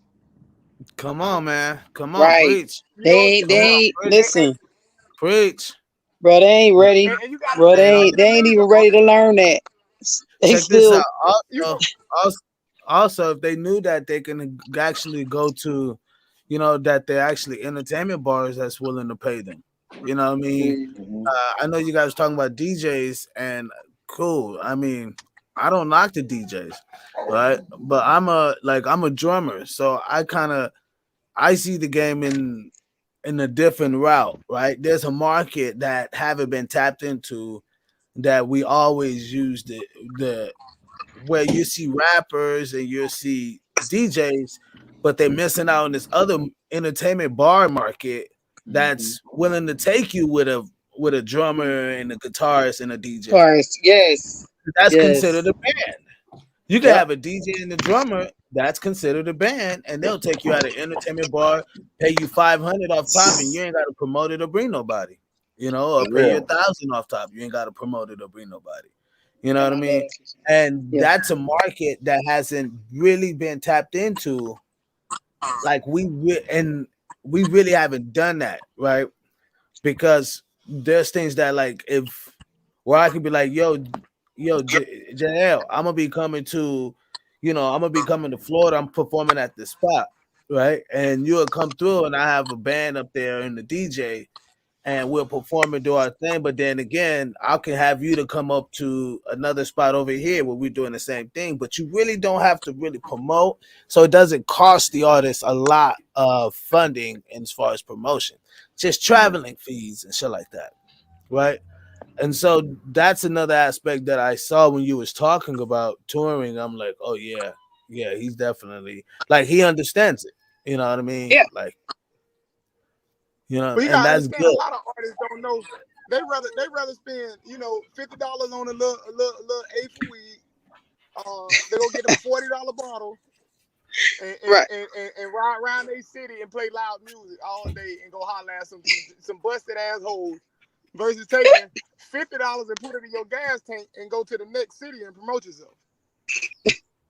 And, Yeah, they don't give You a know, fuck. like right. so it's really, artists got the money, they just don't have the right priorities. You don't. And that's a big thing. That's what a lot of artists don't understand. You gotta prioritize your career and what you're looking for to happen, because it don't really take a lot. It take a little something, but and then it's even less if it's 3-4 y'all in the car. You know what I mean? Right. Somebody knows somebody here. You go there one time, you might have to get there early, so you ain't gotta pay a lot. You and your homeboys all chip in and get a DJ $20 to play this record. Or get the DJ number and be like, hey man, I'm gonna come back later on and take you out for drinks. Go take you to get something to eat, because ain't no nigga finna turn down a meal and we gonna chop up this business. You can go take this nigga on a lunch special. You know what I'm saying? You go to motherfucking, Ruby Tuesdays, Olive Garden. You don't give a damn. Take this nigga somewhere they got a good lunch special, and you sit down there and you talk about your music, and you say, hey, listen, I want to come through here and I want you to send my records. What it's gonna take, man? This is my budget. It ain't gotta be a lot, man. People just want to see people that's serious. People just want to work with people that got a mind on their shoulder, man. Because a broke mentality person gonna be broke. I don't care if they got $1 million, they gonna end up broke. And a person who got the multi-million-dollar mentality is gonna end up $1 million. If we gave everybody in the world the same amount of money, we gave everybody $10 million. The wealth is going to end up back into the wealthy mindset people, and the poor people are going to end back up poor. Right. Because it don't matter about what they think or what money they got right now. We talking about their mentality. Right. So a lot of artists' mentality is just fucked up. They don't have the mentality to win. They don't have the mentality to take it to the next level, because they looking at the game just from the superstar. Okay, oh man, I want fame, I want the hoes, I want this and this and that. No, you don't. You want to get your record buzzing. It ain't got to be a supermodel that play it. I'd rather go find me a super fan that's gonna play it. Right. So a lot of people don't understand that industry and how it works. When we understand how the game works on that aspect, then we're able to take our careers and monetize them way better. We're able to be more successful.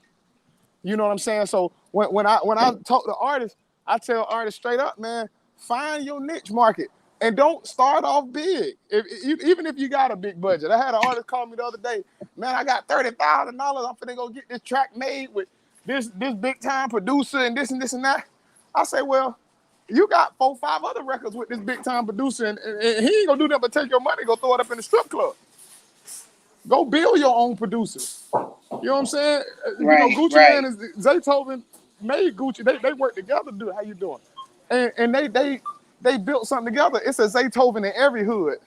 You know what I'm saying? It's a Southside Metro booming everywhere you go. Create your own so they can create you a sound. You know what I mean? And we have to believe in each other like that. A lot of times we don't understand the value of that. So that's where we have to take ourselves to the next level, to take ourselves out of the normal that we do. I tell a lot of artists that, man, just find the people that believe in you. When you find those that believe in you, then you can't never lose, man. The game is simply that easy. But when we chasing what somebody else did, they're not gonna put the time into you. They just want that check, and they gonna keep it moving. Right. It ain't nothing else they gonna want to do for you except get your money and get the hell out of the way. Okay, that's point blank. Period. Right. So that's how we have to look at the industry. That's how I tell artists: find people that you can build with, man. You ain't gotta find the hottest person, because if they ain't gonna push you, you just gave away a check. You just gave away your budget. You know what I'm saying? I see artists that want to do features with people all the time. They'll go spend 10, 20 grand on a feature and think that's gonna blow them up. It's more to it than that. Yeah. He's not gonna blow you up. Hey, tell them, send them 20 bands here, and I give them 2 albums. Holla. Yeah, for real.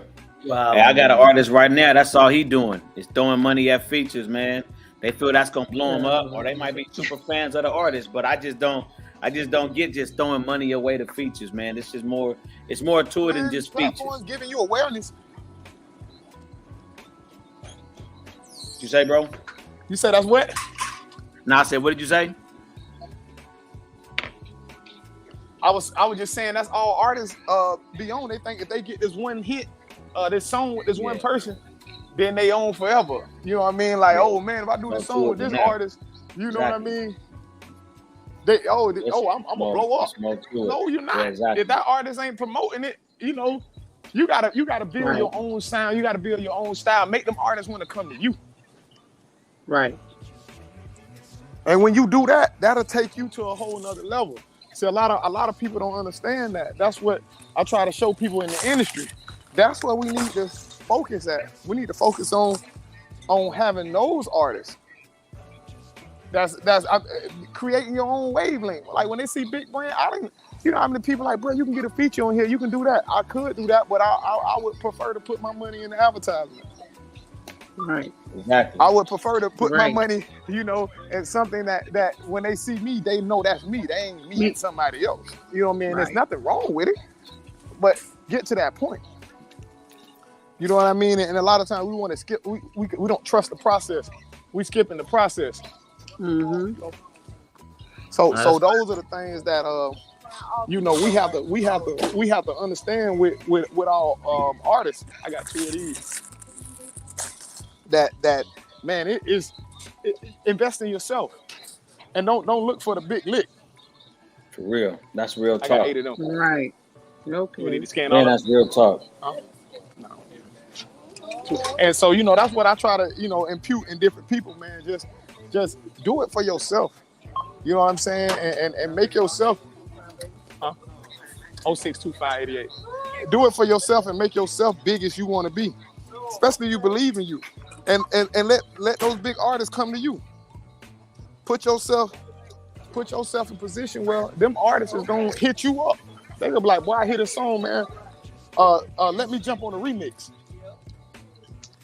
Hey, that's facts, though, man.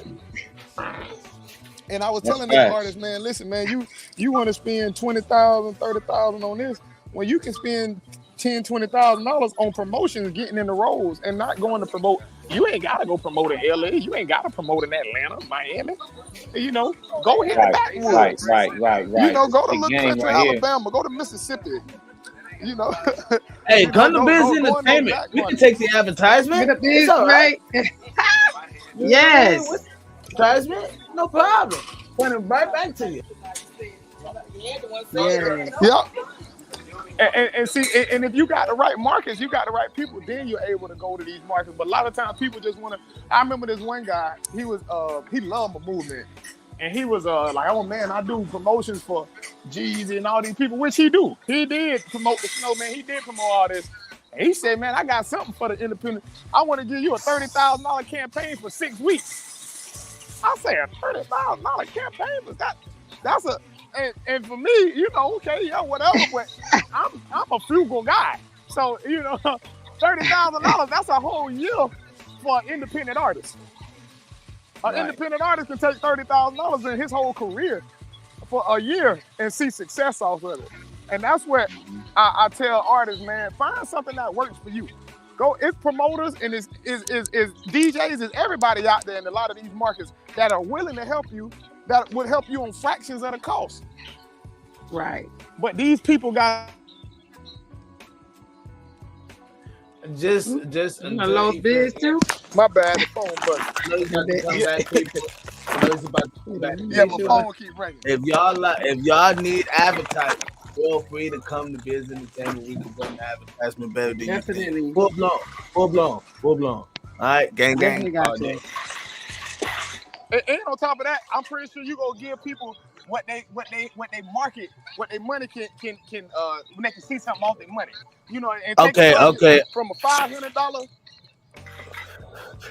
Okay, no. See, you right. No, you right. Because now you got me in my bag. See, I like to say people, Jack, because I like to say for every dollar you should get 10, right? I just have this ratio in my head. Every dollar you should get 10. So if a person's willing to say, yo, Biz, I'm gonna run the whole network, we're gonna give you, 2 bands to run the whole network, and we're gonna blazer, whatever, for the whole month, whatever, right? I would say, okay, cool. Well, we're gonna put together real content of us actually doing stuff, talking about it, actually maneuvering with it, instead of, yeah, man, go check out this blazer, reading off of paper and shit, right? You want to be able to get more bang for your buck. And that's the thing with advertising, that most people don't believe in the product when they're watching it. So if you want to sell a product, you need to have the person who's selling it actually doing things that they love, that believes in the product, that makes people buy. It's the influence of what they're getting from the product. And so you're right. That's true. You know what I mean? You're right though. And people just want to skip the steps, man. You cannot skip the steps out here in the industry. No, you can't. And I thought I could. I'm gonna tell y'all, you can't. You cannot. You know what I mean? You cannot. I mean, we all made that mistake. You're right. You're right. And I think that's why, because I couldn't find a network to put me on. Now I've been on Fox, I've been on BET, I've been on motherfucking MTV, I've done all the fucking red carpets. I did all that. Cool, nice, but nobody would really put me on until I created this whole like network thing, right? Okay. And then now I have, like, next week, if y'all tune in next week, we have Sarah Blake Cheek. She was the mother that her child got suspended from school for OnlyFans. We'll be having her on the show. She's a big porn star.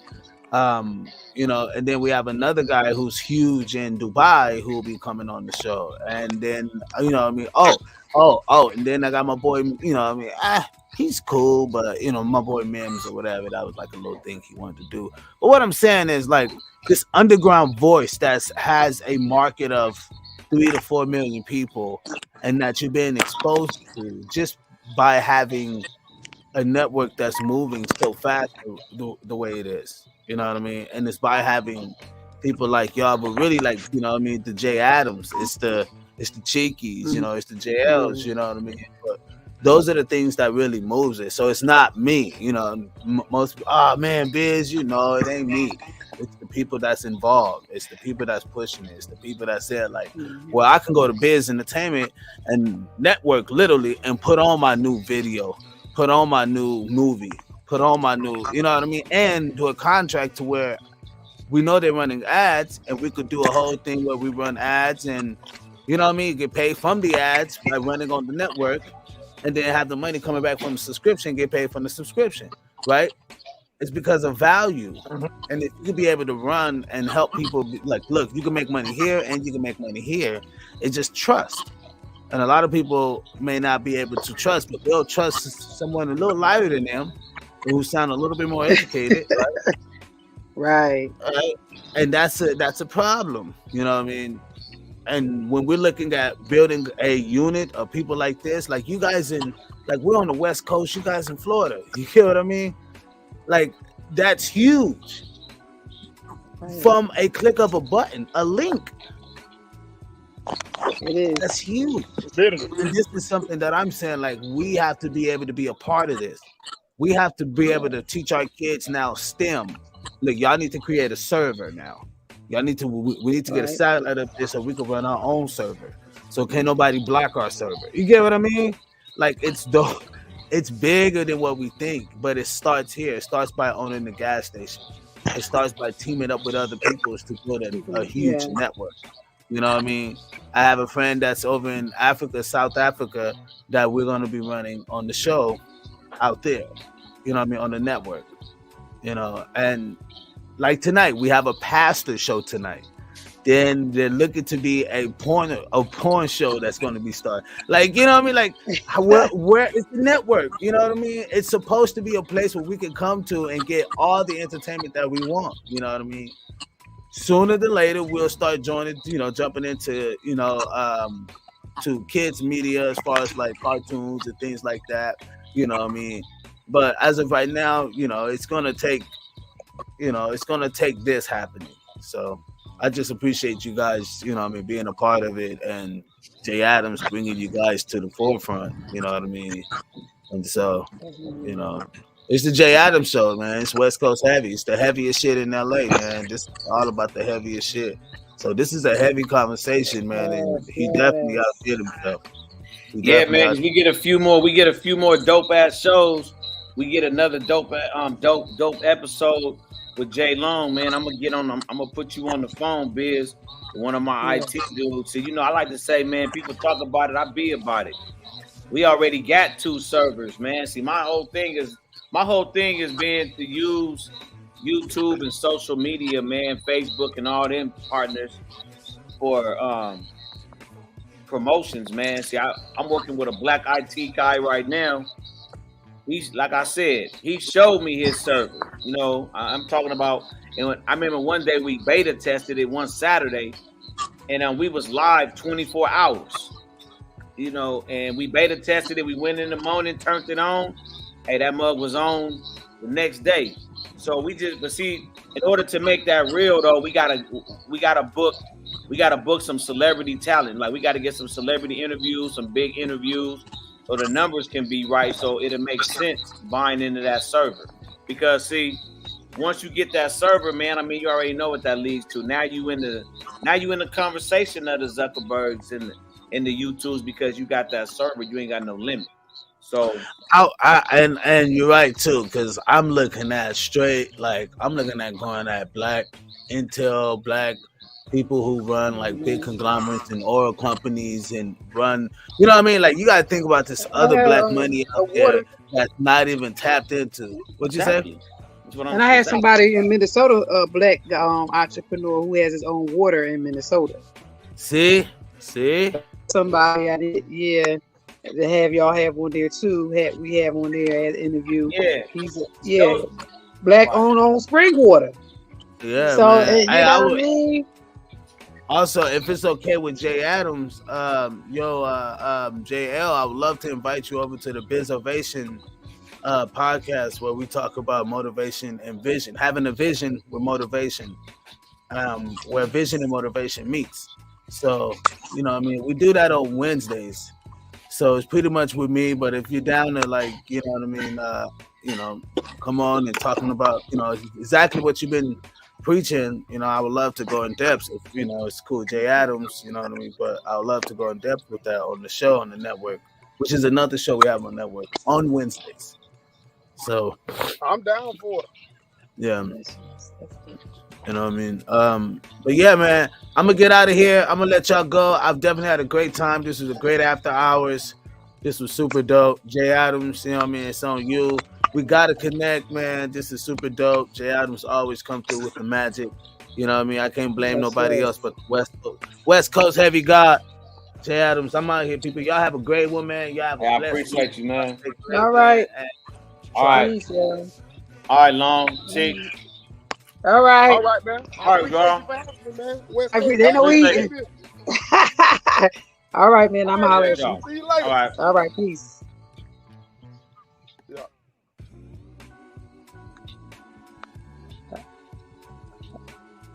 Am I still on here? I need to leave. Hold on.